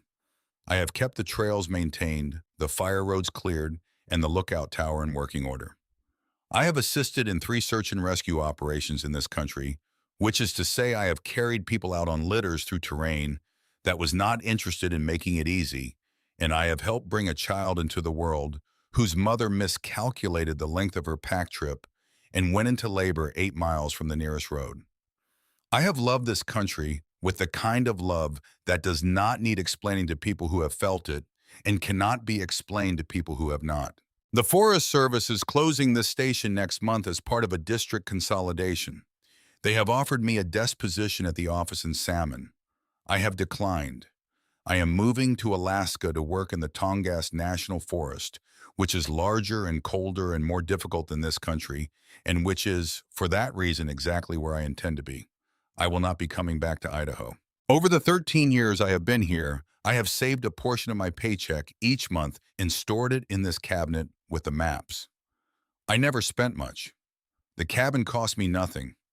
The food was mostly what I grew in the garden behind the woodshed, or caught in the creek or found in the forest, and what I could not produce, I bought in Stanley on my monthly supply run. The only thing I purchased with any regularity was coffee, which I do not apologize for, and which kept me honest through 13 winters. The money has accumulated. I am leaving it here. I am not leaving it for the Forest Service. The Forest Service has decided this place is no longer worth their attention, and I disagree with that decision, and I do not intend to reward it by contributing my savings to an agency that cannot see what it already has. I am leaving it for whoever finds this cabin after me. If the county sells the property, the money belongs to whoever buys it. If a hiker finds a way in and discovers the cabinet, the money belongs to that hiker. If the cabin sits empty for 100 years and burns in a wildfire, the money burns with it, and that is also an acceptable outcome. What I am not willing to do is decide in advance who deserves it, because that is not a decision I can make from here in 1971 about a future I cannot see. What I can say is this: anyone who walks 14 miles to reach this station over a pass at 7,200 feet and who opens a government-issue cabinet with the key I left hanging on a nail above the door has earned the right to whatever I have left behind. The mountains chose them. I trust the mountains. I have trusted them for 13 years, and they have not been wrong. Take care of this cabin if you can. The roof is good for another 20 years if you keep the snow cleared in winter and watch the north side of the ridge cap where the ice builds. The chimney needs repointing on the north side where the mortar has cracked through 3 seasons of freeze and thaw. Do it before winter or you will lose more next year. The lookout tower is structurally sound, but the cab windows need replacement. 2 of the 4 panes have failed, and the other 2 are not far behind, and do not climb it in high wind, as the upper ladder section needs attention. The west window of the cabin sticks in damp weather, and you have to lift slightly as you push, which you will learn quickly. There is a spring 200 feet north of the cabin behind a large boulder that is shaped with some generosity of interpretation like a turtle. The water comes out cold and clean and has never failed in any drought I have experienced here, which tells you something about the depth of the aquifer. This place taught me everything I know about being alive. I hope it teaches you too. I hope you are the right person for it. I believe you are because I believe the mountains know how to find the right people, and I believe they sent you. Take care of it. Dale Hargrove, June 30th, 1971. She read it 3 times. The first time for the facts. The second time for the man behind the facts for what the specific choices of words and the specific things he had chosen to include and exclude told her about the person who had lived in this room and chopped this wood and kept these maps and trusted this place with his savings. The third time, she was not reading at all, but simply sitting with it, the way you sit with something that has changed the shape of the room you are in, letting it settle into the space around you. Something tightened in her throat and stayed there. She swallowed once. She looked at the west window, at the last of the evening light going gold in the gap of the mountains, visible through the old glass. She folded the letter carefully along its original creases.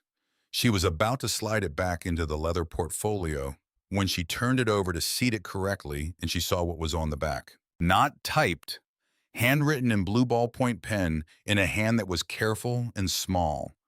The writing of someone who had been taught to write with care and had not forgotten the practice. The ink had faded from blue to the blue-gray of old sky.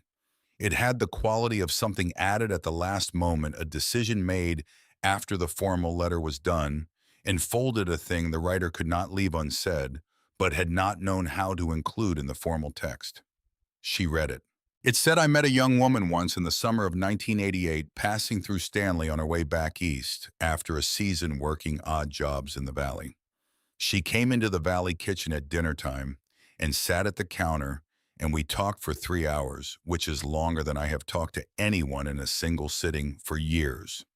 She asked me about these mountains with the kind of questions that are not really questions, the kind that already contain the answer and are only asking for confirmation.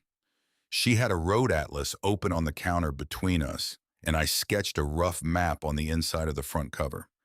These mountains, this trail, this station, because she asked me to, and because she understood what I was describing in the way that very few people understand without having been there. I asked the diner cook to take her photograph. It cost me $3 and I would have paid $30. Her name was Nora.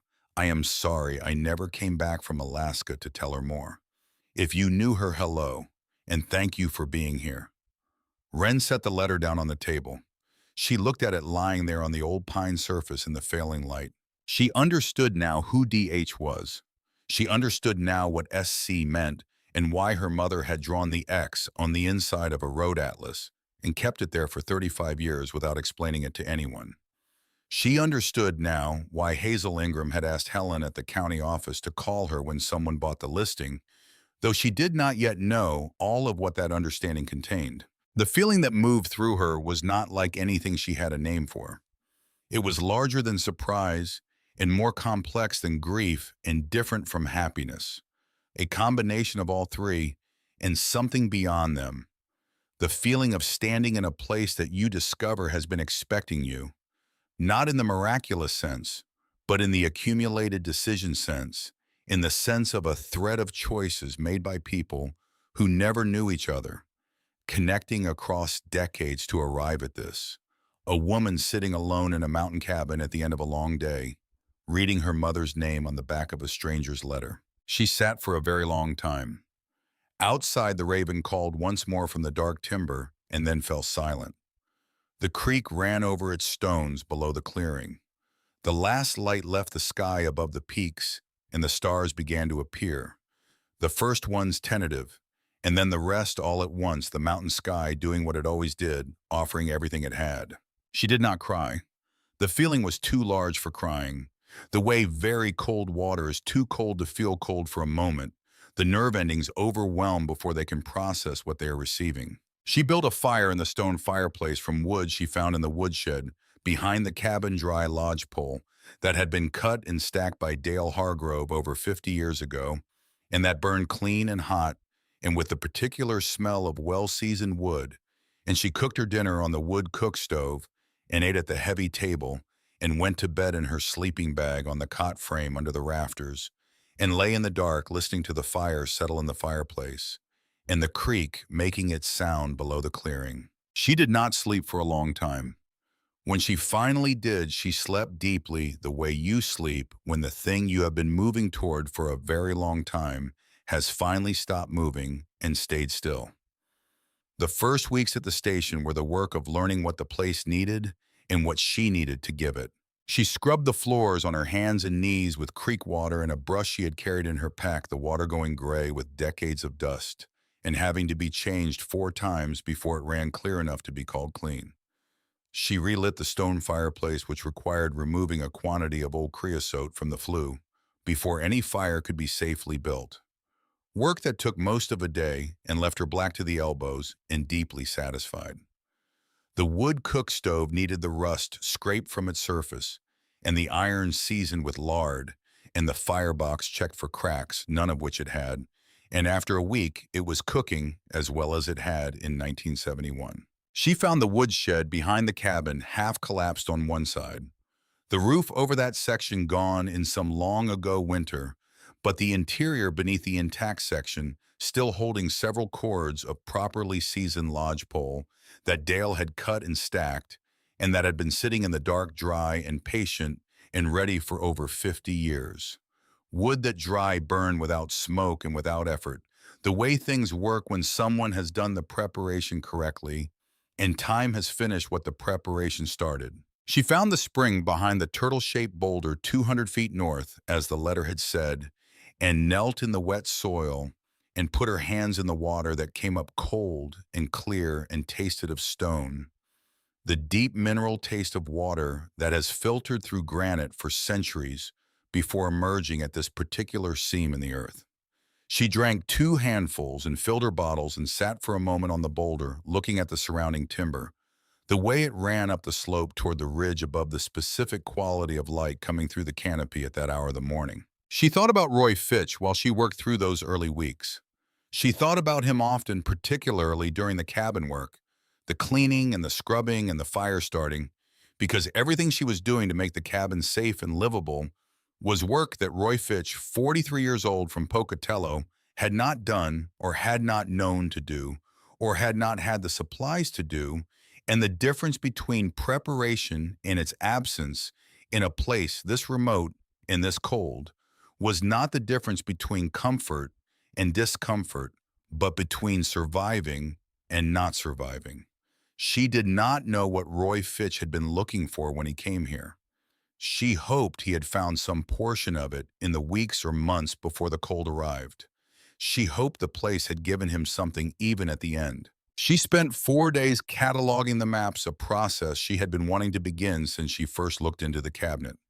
She unfolded each one carefully on the table, assessing the paper for brittleness and the folds for cracking, checking the condition of the printing and the handwritten annotations, refolding each one along its original creases before returning it to its position on the shelf.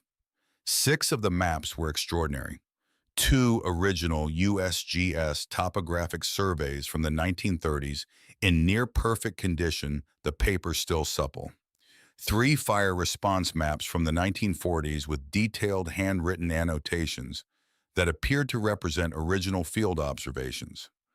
1 hand-drawn route map from 1931 of a mountain corridor that was no longer accessible by any maintained trail, predating the entire modern backcountry trail system in this drainage. She photographed each of the 6 with her phone and wrote detailed condition notes in her field notebook, and then contacted from the payphone at the gas station in Stanley on her next supply run a map dealer in Boise, whose name she had found on a cartography website.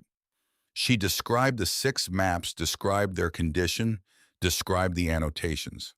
The dealer was quiet for a moment and then said he would need photographs. She emailed them from the library computer in Stanley the following Tuesday. He called back that afternoon.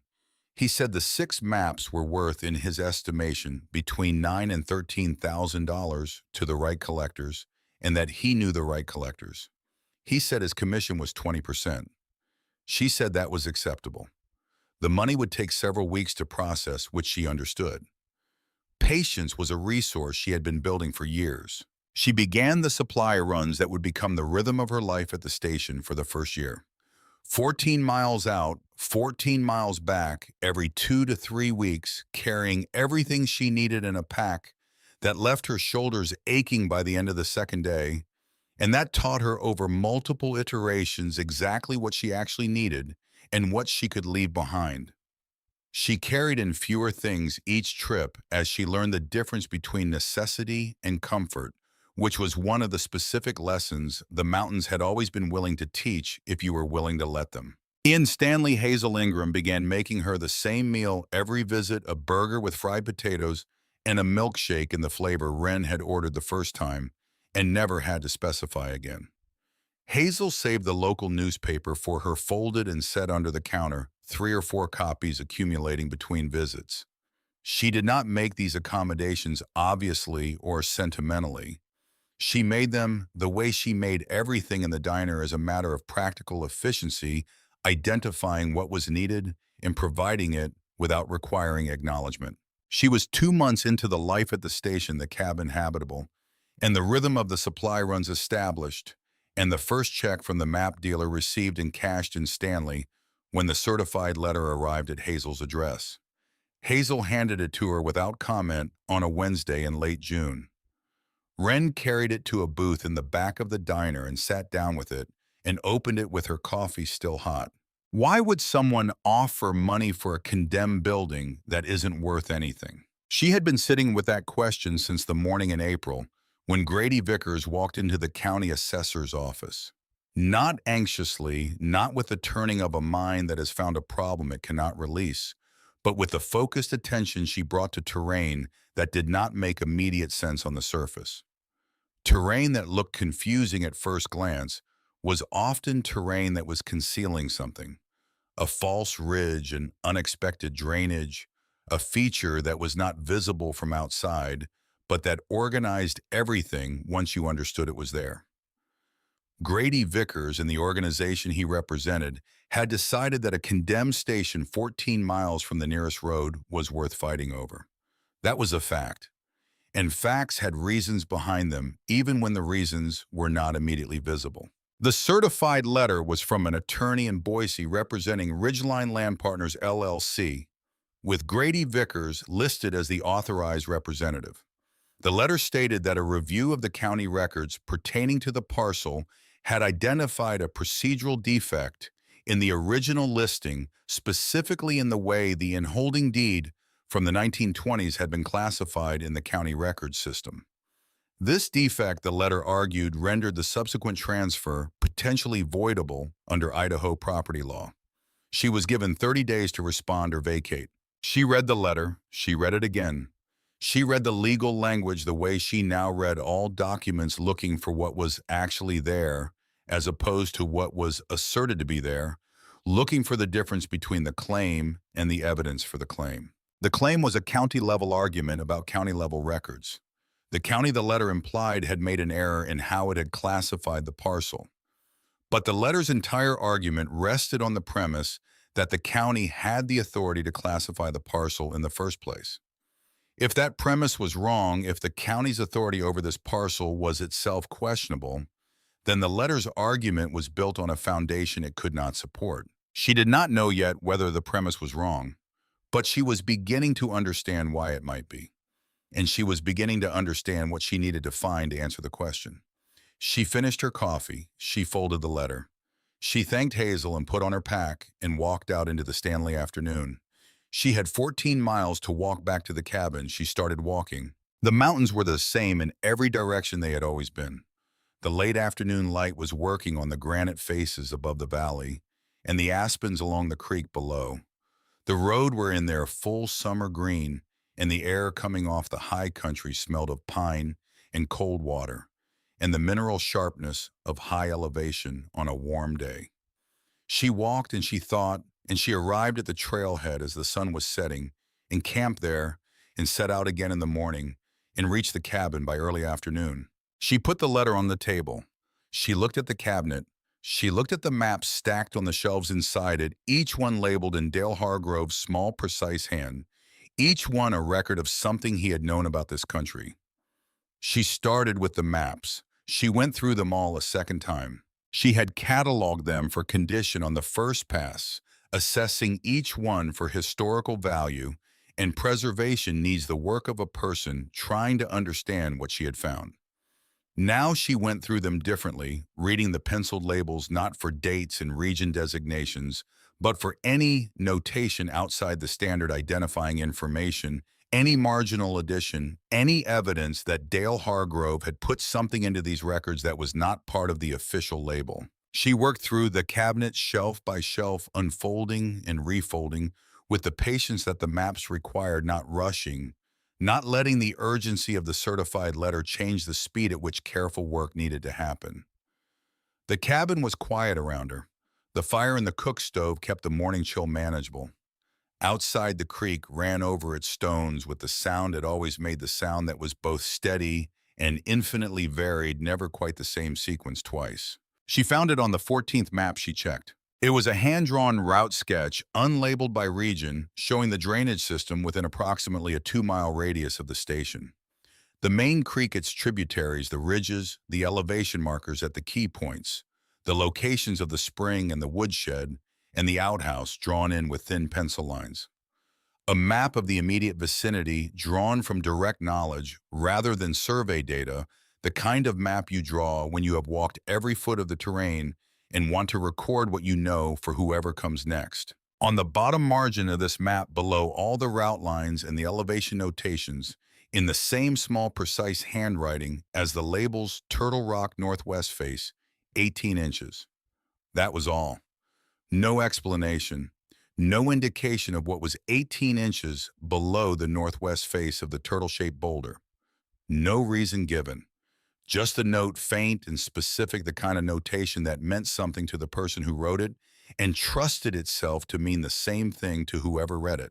What is it that we owe to the people who loved a place before we ever knew it existed? She carried the question with her to the spring that morning, up the slope to the north of the cabin, through the timber to the boulder that sat in the wet ground at the seam where the water came out of the earth. She had been coming to this spring every day since she arrived, filling her bottles, drinking from her hands, sitting sometimes on the flat upper surface of the boulder and looking up at the ridge above. She knew the rock's shape and weight, and the way the light hit it in the morning, and the way the moss grew around its base in the zone of constant moisture. She stood at the northwest face and looked at the ground. The soil at the base of the rock was dark with the perpetual damp of the spring, and in that dark soil grew a dense border of moss and sedge that had been growing undisturbed long enough to look established. The kind of ground cover that does not announce its own age, but reveals it if you know what to look for. 18 inches from what she estimated as true northwest measured along the face of the boulder, the soil had a quality under her hands that was different from the surrounding soil. Not dramatically different, not visibly different. The kind of difference you feel rather than see, a slight variation in compaction, a subtle change in how the soil responded to pressure. The difference between ground that has been disturbed in the past century and ground that is not. She got her folding trowel from her pack. She dug carefully and without hurry, the way you dig when you suspect the thing you are looking for may be fragile. At 6 inches, the trowel struck something that produced a sound she had heard before, the flat, closed sound of metal, not the sharp sound of stone. She cleared the soil from around it with her hands working slowly, feeling along the edges until she understood the dimensions of what was there. A rectangular tin box approximately 12 inches by 8, sealed at its edges with what had been wax-dried and contracted over the decades but intact, and wrapped in a piece of oilcloth that was still doing its job. She lifted it out of the ground with both hands and sat back on her heels and held it. It was lighter than the canvas bags of money had been. The weight of paper and the weight that paper accumulates when it is old and dense and has been kept for a long time, when the pages have had decades to compact and the binding has hardened and the object has become in some sense more solid than it was when new. She carried it back to the cabin and set it on the table. The oilcloth came off in sections, dry at the edges and crumbling slightly where it had been folded for 52 years, but still coherent enough to do its job. The wax seal at the seam had compressed and darkened, but had not cracked, and she worked the lid open with her pocket knife, running the blade around the circumference without forcing it, feeling for the give that told her the seal had been broken, and then the lid released with a soft equalization of air, the breath of a sealed space opening after more than half a century. Inside was a journal, a standard composition notebook with a black and white marbled cover. Dale Hargrove's name in the year 1958 written on the inside front cover, in the same small hand she recognized from the maps in the letter. Beneath the first journal held to it with a rubber band that had long since lost its elasticity and lay in a crumbled ring were two more notebooks covering the subsequent years. And beneath the journals wrapped in its own smaller piece of oilcloth, a bundle of photographs. She set the journals aside and unwrapped the photographs. There were 11 of them. Black and white, the smaller format of the era, printed on paper with a slight curl that decades of being pressed flat had not entirely corrected.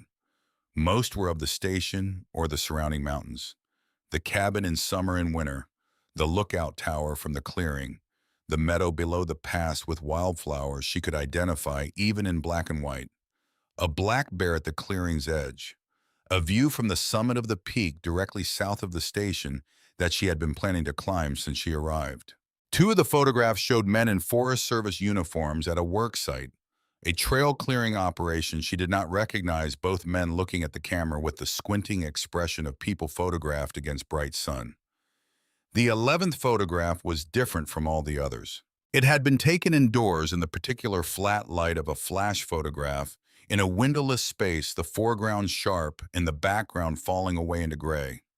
It showed a young woman sitting at a diner counter turned slightly toward the camera, in the way of someone who has been caught mid-sentence, who has been in the middle of saying something and has looked up at the lens a half second before they expected to be captured, so that the expression on their face is the expression they had a moment before they knew they were being photographed, rather than the expression they would have arranged for a portrait. She was smiling.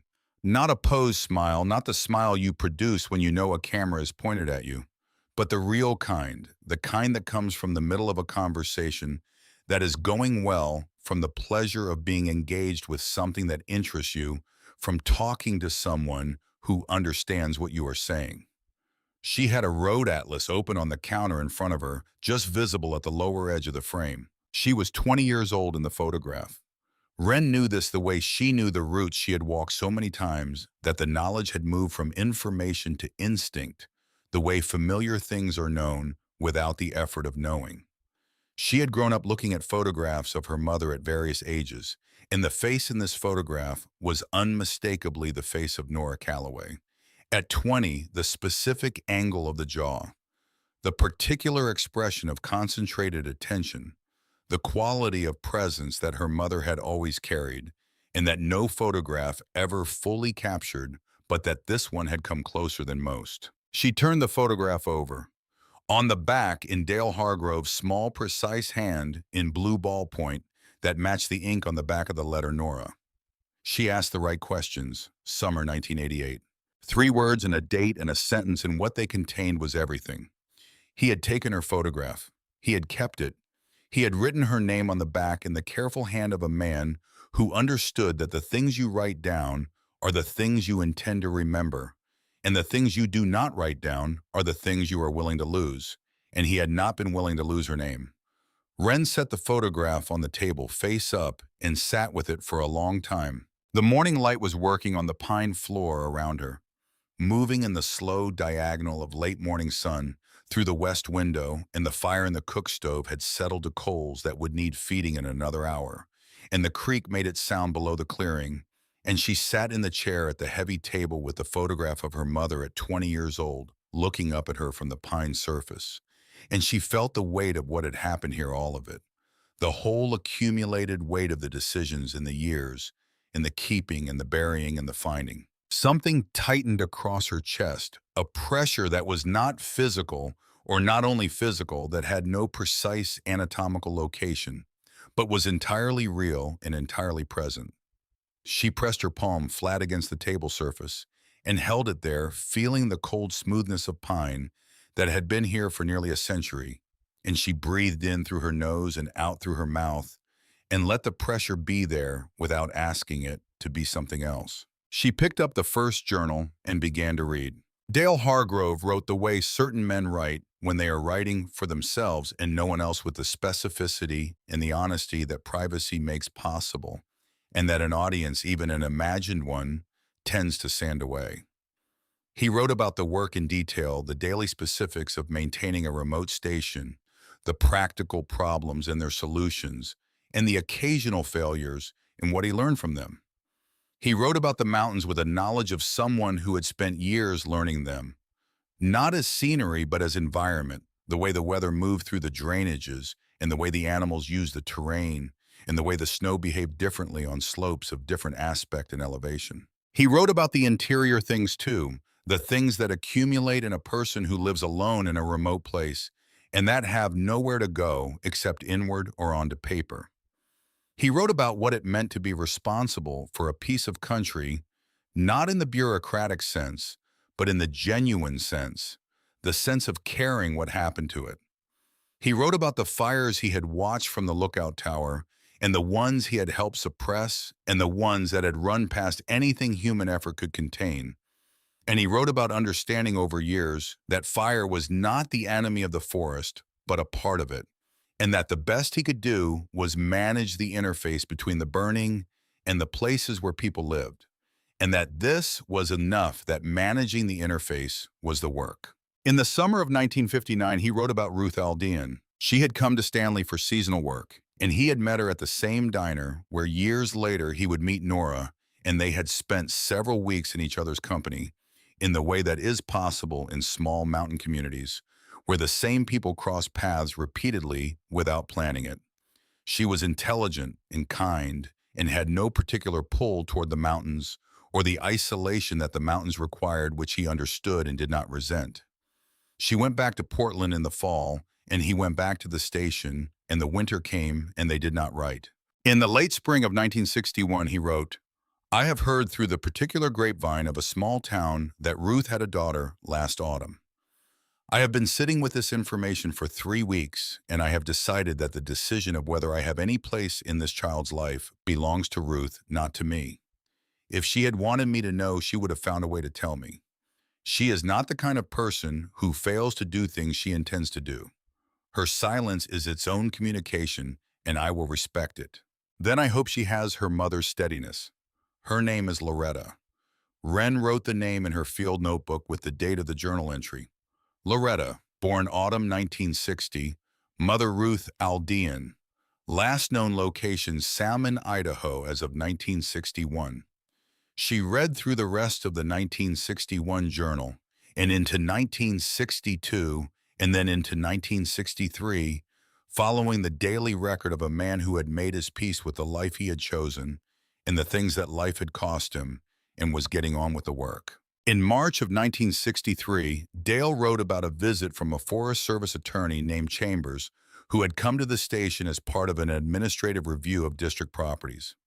Chambers had raised a question about the inholding parcel's legal status, specifically about whether the county had any authority over it for property tax purposes, given that the parcel had been granted to its original private holder under a provision of the Federal Land Grant Act of 1921, rather than through the standard county-administered homestead process. The 1921 Federal Land Grant Act, Chambers explained, had been a specific piece of federal legislation that created a distinct category of property grant that carried federal rather than county jurisdiction in certain situations. Chambers' conclusion, as Dale recorded it, was that the county's classification of the parcel as a standard taxable inholding was based on a misreading of the original grant documentation, and that any county tax claims against the parcel were of questionable legal validity. He had noted this in the administrative file and recommended that the county be notified of the issue, but he had also noted that the practical effect of raising the issue would likely be a years-long jurisdictional dispute that would complicate the station's operations without materially improving them, and had left the decision of whether to pursue it to the district ranger's judgment. Dale's judgment, as he recorded it, I have noted the conversation and Chambers' conclusion for the record. I have decided not to raise the issue with the county at this time, as the station's operations are proceeding without interference, and the dispute would not serve the work. The land grant documentation is in the federal records. If it ever becomes relevant, it will be findable. Wren set the journal down on the table beside the photograph of her mother. She reached for Grady Vickers' certified letter and read it again. She read the part about the procedural defect in the listing, about the in-holding deed, about the county records. She read it with the specific attention of someone who now understood the difference between the county's authority over this parcel and the county's assumption of authority over this parcel. The county had been treating the parcel as a taxable inholding for 100 years, based on a misclassification that predated anyone currently working at the county assessor's office. The misclassification had never been challenged because no one who had owned or occupied the parcel had any reason to challenge it, and the county had no incentive to question its own classification. But the original 1921 federal land grant documentation was in the federal record, and if it said what Dale's attorney had told him it said, then Grady Vickers' entire argument was built on a foundation that could not support it. She could not pursue this alone. She understood property law in the way she understood most things she had not formally studied, which was generally and without the specific technical knowledge that practical application required. She needed someone who had that knowledge. She needed Loretta. She found her through the county records of Lemhi County, which included salmon accessible through a public database that the county library had digitized and made available online. She searched for Ruth Aldean first and found her a birth record from 1938, a marriage record to Henry Webb in 1963, a death record from 2004. Then she searched for Loretta Webb and found a voter registration at a salmon address that had been active through the most recent election cycle, which meant it was current or had been current recently enough to be worth trying. She wrote the letter at the writing desk under the west window by the light of the morning, coming through the old glass with the pen from her pack and a sheet of paper from her field notebook. My name is Wren Calloway. I am 21 years old. I am living at the old Forest Service District Ranger Station in the Salmon Chalice backcountry, which I purchased from Lemhi County in April of this year for $10. I have found in the cabin the personal journal and some personal photographs belonging to a man named Dale Hargrove who served as the district ranger here from 1958 to 1971. From the journal, I believe he was your father. I believe you should know that this place existed and that he kept a record of his time here that says some things about you. I also have a legal matter I need help understanding. I am sorry to write out of nowhere like this. If you are willing to come, I will explain everything when you arrive. The walk-in is 14 miles, but the south-facing trail over the pass is clear from May through September, and the route is not technical. If you can tell me when you plan to come, I will arrange to meet you at the trailhead. She addressed the envelope to Loretta Webb at the Salmon address and mailed it from the Stanley Post Office on a Tuesday. Loretta Webb arrived on a Saturday in early August, 6 weeks after Wren mailed the letter. Wren heard the vehicle on the forest road well before she could see it, the sound carrying up through the still morning air of the basin, in the particular way that sounds carry at elevation, clean and unobstructed. She was at the spring behind the turtle boulder when she heard it, and she carried her water bottles back to the cabin and set them on the porch and stood at the edge of the clearing and waited. A dark green pickup came down the last stretch of the trail access and stopped at the tree line. The woman who got out was 64 years old, with the deliberate, unhurried way of moving that belongs to people who have been in their bodies long enough to stop being surprised by them. She was wearing trail clothing and a pack that sat on her shoulders with the ease of long familiarity, and she carried a flat leather document case under her arm that looked like the kind of thing that stays with a person through decades of professional life and becomes over that time as much a part of their equipment as any other tool. She looked at the cabin. She looked at the lookout tower. She looked at Wren. She said, I walked the last 6 miles from where I left my truck. The trail in from the road junction is manageable, but the track is overgrown past the second creek. Wren said, I know. I've been meaning to clear it. They looked at each other for a moment. Then Wren said, come inside, I'll make coffee. I'll make bichon. They sat at the heavy table with the coffee between them and the journals and the photographs laid out, and Wren told it all from the beginning. She told it in order: the listing and the $10, and the walk in the cabinet, and the maps and the money and the letter. She told it without editorializing, the way she told things. She wanted someone else to understand accurately the facts in the sequence they had occurred. When she set Dale's letter on the table, she set the photograph of Nora beside it. She placed the photograph face up between them and did not say anything. Loretta looked at it. She reached out and turned it over and read the handwriting on the back, the name and the date and the sentence. She turned it face up again and looked at it for a moment longer than a first look requires the specific duration of a second look, a look that is processing rather than receiving. She said, "My mother told me once, years after I was grown, that she had met my father only once after I was born, passing through Stanley in the mid-'80s on his way back from somewhere. She said he hadn't changed, that he was the same kind of man he had always been, which was to say he was the kind of man who loves a place more than he can love a person, and who knows it about himself and doesn't pretend otherwise." She said he had made her coffee at the diner, and they had talked for a long time, and she had not told him I existed, and he had not asked, and that they had both understood in the way that two honest people can understand something without saying it, that this was how it was going to be. She paused. She was quiet for a moment. Then she said he was the most genuinely honest person she had ever met, that the mountains had done that to him. She meant it as a compliment. She looked at the letter. She said, "May I?" Wren said yes. Loretta read the letter. She read it with the deliberate attention of someone who reads documents for a living, or who once did and who has not lost the habit. She read the whole letter, and then she turned it over and read what was on the back. And then she set it on the table and looked at the west window and the light coming through the old glass. She said, "I'm a retired property attorney. Land rights in Idaho for 31 years, mostly rural, mostly contested title cases. When I read your letter and you mentioned a federal land grant from the 1920s, I went to the Bureau of Land Management online archive before I drove up here."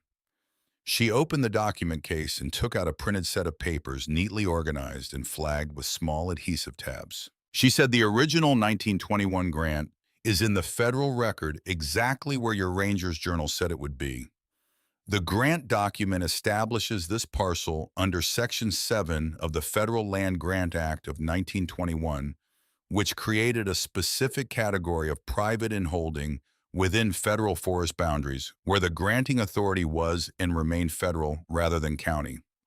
The county's classification of this parcel as a standard taxable inholding was an error that was made at the time the original family sold the property to the next holder somewhere around 1935, when the county assessor misread the grant type and entered it in the county system as a standard private parcel. That misclassification has been carried forward ever since. It was never corrected because no one who held the property had reason to challenge it." She set the papers on the table. She said, "Grady Vickers and Ridgeline Land Partners have built their entire argument on the county records. But the county records are based on a misclassification of a federal document. You cannot correct a county error by appealing to the county records that contain the error. What you can do is go to the federal record that predates and supersedes the county record, which is what I intend to do." She said, "I can file a quiet title action in federal district court in Boise within 2 weeks. It will take several months to resolve, but on the merits, it is not a close question. The 1921 grant is clear and the chain of documentation is complete. Ridgeline Land Partners has nothing." Wren looked at the papers. She looked at Loretta. She said, "What do you need from me?" Loretta said, "I need your authorization to represent you. I need your copies of the county transfer documents.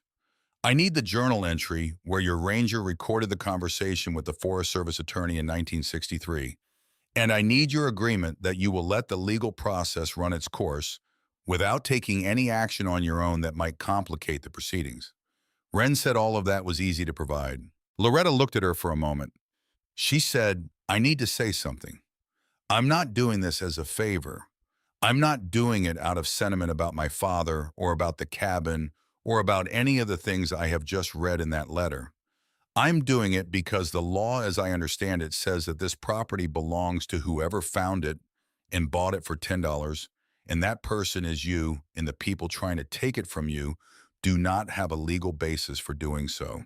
That's what I'm here to address. Then she said, I'm also doing it because my father buried that journal under a rock and trusted someone to find it. And you did. She picked up her coffee cup and finished it. She said I should have another look at those maps in the cabinet. The ones you described as pre-modern trail system route maps. I have some thoughts about where they might end up that would benefit you. They drove to the county seat together 3 weeks later. Loretta having arranged the meeting through the formal channels that formal channels require, and the drive down from Stanley was quiet, in the way of two people who do not need to talk to know what they are doing and why.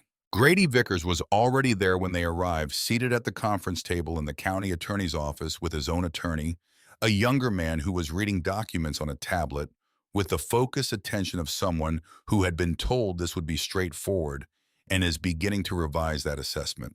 Loretta set her document case on the table and opened it and laid out the materials she had prepared, the original BLM archive print of the 1921 federal grant, the chain of custody documentation from the federal record, the 1963 journal entry in which Dale had recorded the Forest Service attorney's assessment, the county's own records showing the 1935 misclassification, and its subsequent propagation through 60 years of tax records. She walked through it without theatrics, in the direct, clear manner of someone who has been explaining complicated things to people in conference rooms for 30 years and has learned that clarity is the most effective tool available.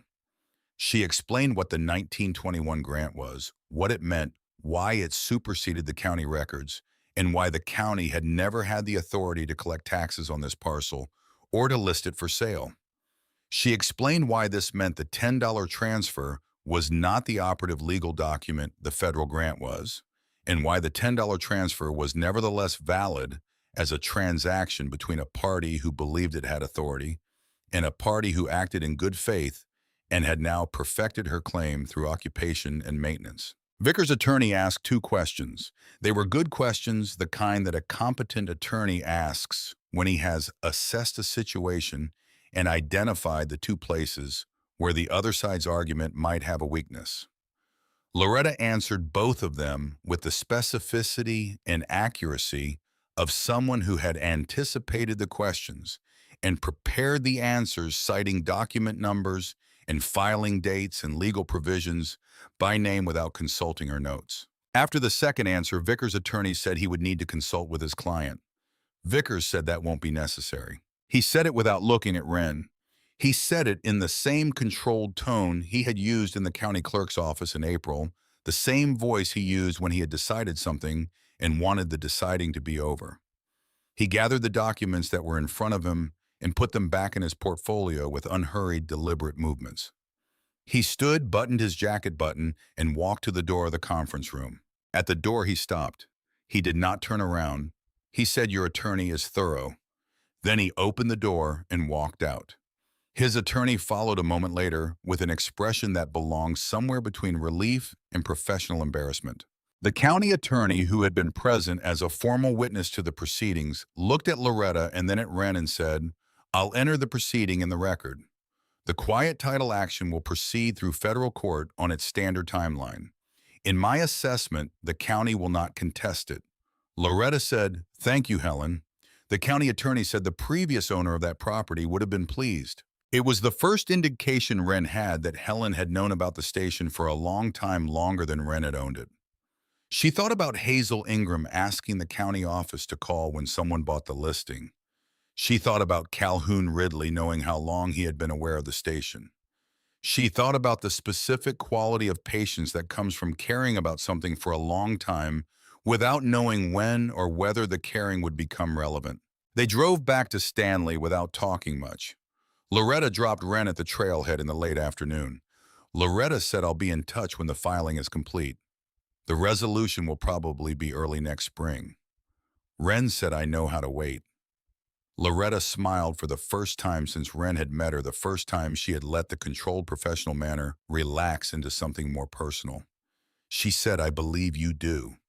She stayed for 3 days. She slept in the loft on the sleeping pad and wool blanket Wren had arranged there, and she woke early each morning and made coffee before Wren was up, and she walked the property in the mornings the way she had walked into it from the trailhead, with the deliberate attention of someone who is learning a place and intends to know it.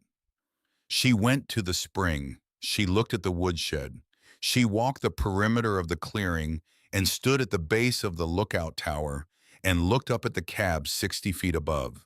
On the second morning, she walked east along the creek for half a mile, following a game trail through the timber, and came back with an expression that said she had been paying attention to something that satisfied her. On the second evening, she sat at the table with the journals and read through them quietly, while Wren worked outside repointing the chimney mortar on the north side, where the cracking was worst, mixing cement in the old metal bucket with creek water and pressing it into the joints with a wooden tool she had made for the purpose. She could hear the quiet of the cabin around the soft sounds of her work and knew that Loretta was inside reading her father's words for the first time, and she worked steadily and gave the reading the space it needed. She was on the porch cleaning the trowel when she heard Loretta stop. She heard the specific quality of a silence that has changed the way a room changes when the person inside it has found something that makes them stop moving. Then she heard nothing for a while, and she finished cleaning the trowel and set it on the porch railing and waited. Loretta came to the door. She was holding the third journal open in both hands, open near the end, near the last entries from June of 1971. She held it the way you hold something fragile with more care than the physical weight of the object requires. She said, "There's something in here." She walked to the porch and sat in the second chair and held the journal toward Wren. Pressed between two pages near the journal's end, in the section dated summer 1971, was a flower. A glacier lily pressed flat by the decades of the closed journal resting on it.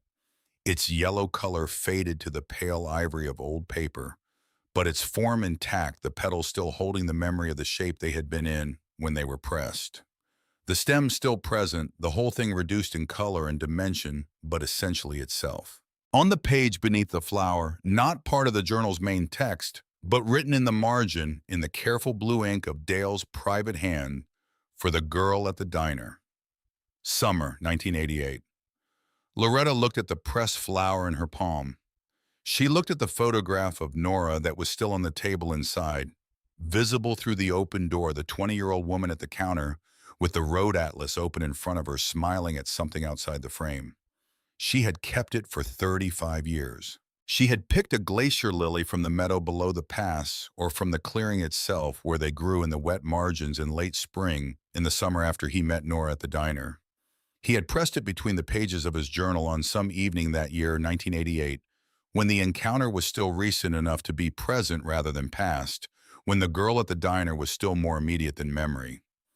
And then he had buried the journal in a tin box under a turtle-shaped boulder and left it there for reasons that were his own reasons, that had something to do with the particular relationship between men who love difficult places and the things they cannot keep, but cannot release the things that go underground because they have nowhere else to go.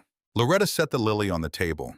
She set it on the side nearest Wren in the careful way of someone making a deliberate transfer, offering something rather than simply putting it down. She said he kept it 35 years. She said it quietly without inflection as a statement of measurement, the way measurements are sometimes more powerful than any interpretation of them. Wren looked at the lily on the table. She reached out and touched the edge of one petal with the tip of her finger, just barely the way you touch something fragile that you want to know is real. The petal was dry and thin as tissue and completely itself. The pressure across her chest was back, the feeling she had no precise name for, the feeling of something too large for its container. She breathed in through her nose and held the breath for a moment and let it out slowly. She said, "Thank you for finding it." Loretta said, "I almost missed it." The way he pressed it between the pages, flush with the binding, it doesn't show unless you're looking. She went back inside and continued reading. Wren stayed on the porch until the last of the light left the peaks and the first stars came out above the ridge. She listened to the creek and she looked at the lookout tower, its outline dark against the darkening sky. The cab at the top of the long ladder, a small square against the stars beginning to appear around it. She had been meaning to climb it since the day she arrived.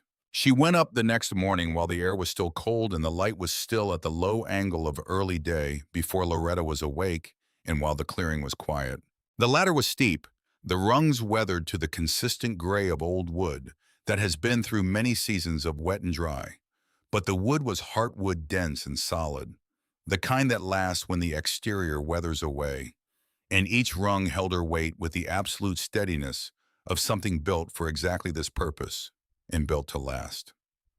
She climbed steadily hand over hand, testing each rung before she trusted it fully, the way she tested everything in the field, not out of excessive caution, but out of the knowledge that caution at the right moment costs nothing, and the lack of it can cost everything. She climbed past the first platform, and the second the clearing falling away below her, the cabin becoming small and the trees around it losing their individuality and becoming a pattern, the creek just visible through the timber as a line of reflected light. Then she was at the cab. The door opened inward on hinges that had stiffened over the decades, but that moved when she applied steady pressure, not sudden force, but the patient insistence of something being asked to work again after a long rest. She stepped inside. The cab was a small enclosed room square with windows on all four sides. The glass was still in all four frames exactly as Calhoun Ridley had told her it was, though it was film with years of dust and weather, the kind of film that reduces clarity without eliminating it entirely, that softens what you see without obscuring it. The floor was wood solid underfoot. In the center of the cab where the firefinder had once stood on its mounting bracket, there was only the bracket itself, empty, the equipment removed when the station was decommissioned. She moved to the center of the cab. She turned slowly, looking through each window in sequence. 80 miles, perhaps more on a clear morning at this elevation with the air still and cold, and the visibility unlimited in every direction. The mountains went on in every direction. She turned ridge behind ridge, the closer ones dark green with timber, and the farther ones blue with distance, and the farthest ones barely distinguishable from the sky, their shapes at the boundary between solid and atmosphere. She could see the valleys between the ridges as dark lines, the rivers within them as occasional glints of reflected light. She could see the snowfields on the north faces of the higher peaks still white, even in August, because they lived in shade that the summer sun never reached. She could see in every direction she turned not a single road, not a single structure, not a single power line or cell tower or cleared field, or any evidence that the world below a certain elevation had organized itself for human convenience. Just wilderness. The world as it had been for 10,000 years before anyone thought to put a building in it. The world as it continued to be here, which was the thing that was so easy to lose track of, inside the systems of roads and electricity and commerce and obligation that human life had constructed for itself. The world that preceded all of that, and that would remain when all of that had finished with itself, was not an abstraction. It was not a theory. It was visible from this window in every direction, 80 miles of it existing without anyone's permission. Have you ever found a place that felt like it had been waiting for you your whole life? She stood in the center of the cab, and she turned one more time, slowly making a complete circle, and when she faced north, she stopped. The highest peaks were to the north, the ones that still held their snowfields in August, the ones that were visible on the clearest days from much farther away than this. She had been looking at representations of these peaks on topographic maps since she was 7 years old, tracing the contour lines with her finger on the kitchen floor of a ranch house in Spokane, saying to her mother, "Looking for where I'm going to live someday." She was there. She was standing in the place she had been looking at on maps for 14 years, and the place was real, and the peaks were real, and the creek below was real, and the cabin with its stone fireplace and its heavy wooden table and its empty coat rack by the door was real, and it was hers, or she was its, which was not the same thing, but which felt in this moment like the more accurate description of the relationship. The feeling that had been building in her chest since she first read the letter, since she turned the letter over and read what was on the back, since she sat on the porch that first night and looked at the mountains turning from rose to black above her, since she held the photograph of her mother at 20 years old and understood what it meant that it existed and that it had been here for 35 years, waiting for her, that feeling released. Not partially, not with the restrained partial opening that she had been managing for months, the filling and pulling back, the tightening across the chest, and the deliberate breathing. The whole thing completely the way a season changes when the right day comes and everything that has been holding waits and then does not wait any longer. She stood in the cab at the top of the lookout tower and she cried. She cried for her mother, for Nora, who had drawn a pencil X on the inside cover of a road atlas and kept it for 35 years and never explained it, and had died before Wren could ask what it meant. She cried for Dale Hargrove, who had loved this country with the kind of love that does not need explaining, and who had trusted the mountains with his savings and his faith and his pressed glacier lily, and who had been right to trust them. She cried for the 7-year-old on the kitchen floor with the atlas open in her lap, for the 14-year-old on the bus to the trailhead with the borrowed pack, for the 19-year-old standing in the cemetery in the one good jacket. She cried for the accumulation of years and distances and the specific difficult work of moving towards something when you could not see it yet, when all you had was the knowledge that it was somewhere in the direction you were going. She cried until she was finished, which took a while and required the full use of her sleeve and 2 deep breaths at the end and a moment of standing still with her eyes closed while the wind moved around the cab. Then the wind kept moving and the mountains kept being the mountains, and she was still there, still herself, standing in the cab of the fire lookout tower that Calhoun Ridley had been meaning to fix the bolt on and that she was already planning to fix herself. And the morning was still happening around her with complete indifference to whether she had been crying or not, which was exactly right, which was what she had always loved about mountains. She stayed for a long time. When she came down, Loretta was on the porch with 2 cups of coffee. She handed one to Wren and looked briefly at Wren's face and then looked at the mountains and said nothing, because Loretta was the kind of person who understood that some information does not require a response and some moments are better kept than commented on. They drank the coffee. The clearing was quiet around them. The creek ran below. After a while, Loretta said, "I'll send word when the federal filing is complete. Court resolution will probably be early spring." Wren said, "I know how to wait." Oh. Loretta said, "The maps I looked at yesterday, the pre-trail system route maps, the 1931 one in particular, there's a university archive in Boise that has been looking for original survey material from that corridor for years. They would pay well for the right to scan and archive it. You would keep the originals. I can make an introduction if you want one." Wren said she wanted one. Loretta said, "My father would have liked you." Wren said, "I think I would have liked him." A pause, the creek, the peaks above the trees, white-tipped even in August. Loretta said, "Take care of this place." She picked up her pack from beside the door and walked across the clearing toward the timber. She did not look back. The forest took her in the way forests take people in completely, and without making a production of it, one moment visible and the next gone, the trees closing behind her, the way they closed behind everything. Wren stood on the porch and listened until she could not hear footsteps anymore. That afternoon, she sat at the writing desk under the west window. The west window that stuck in damp weather and that you had to lift slightly as you pushed. She pulled a clean page from the back of her field notebook and uncapped the pen she had been carrying for over a year. The pen she had used to sign the deed transfer in April, and she sat with it for a while, looking at the light working on the clearing and the timber at its edges and the high peaks visible above the timber's line. Then she began to write. She wrote, "To whoever finds this cabin next." She wrote, "My name is Wren Calloway. I am 21 years old. When I found this place, I was homeless and I had $10 in my pocket, and I spent every cent of it on this station. I have not regretted it for one day." She wrote about the cabinet and the maps and the canvas bags and the money and the leather portfolio. She wrote about the letter inside the portfolio, the one addressed to whoever finds this cabin, and what it said and who had written it, and what she had discovered when she turned that letter over about the connection between the man who had written it and the woman who had raised her. She wrote about the tin box behind the turtle-shaped boulder and what it contained.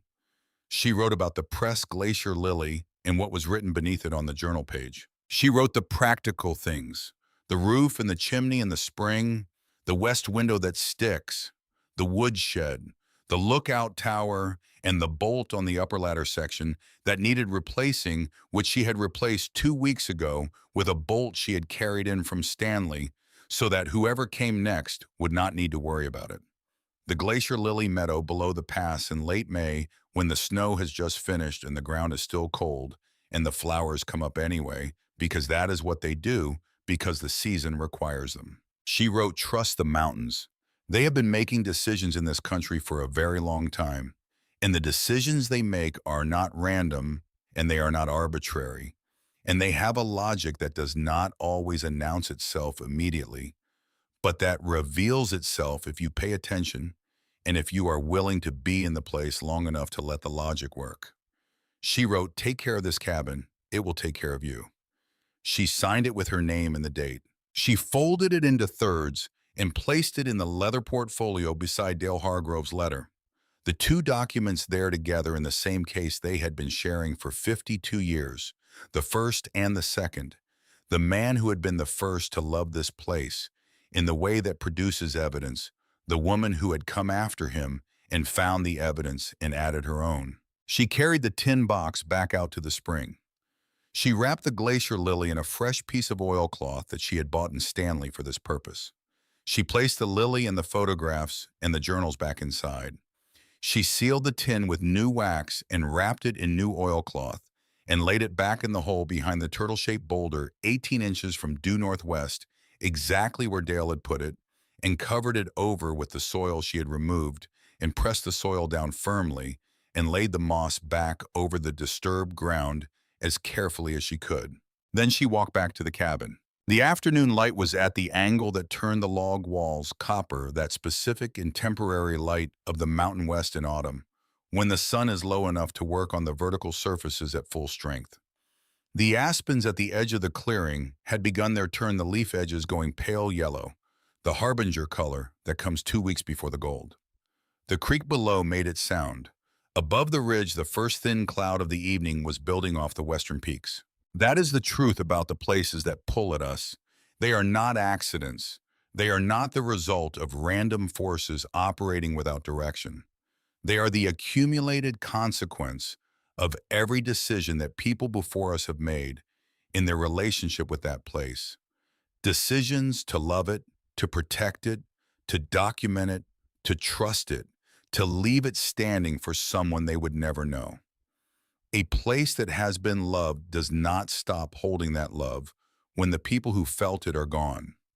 It holds the love the way old wood holds the warmth of a fire, long after the fire has gone out in its grain, in its substance, in what it has become from having been heated by something that mattered. The salmon chalice sedation had been waiting in the particular and unhurried way that things wait when time is not a constraint through 52 empty years. It had been waiting not for anyone, not for a type or a category, but for the specific person who would find it the specific way it was designed to be found.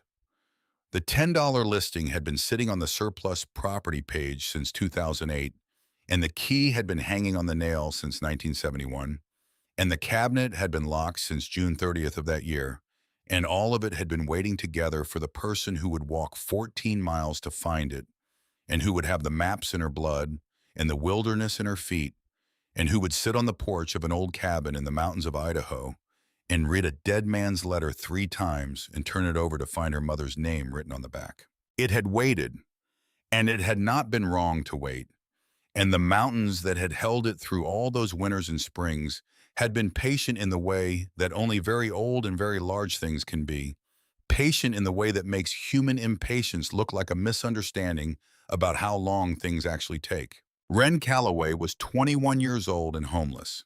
She had $10 to her name, and she spent it on an abandoned ranger station 14 miles from the nearest road in the mountains of central Idaho. It was the best $10 she ever spent.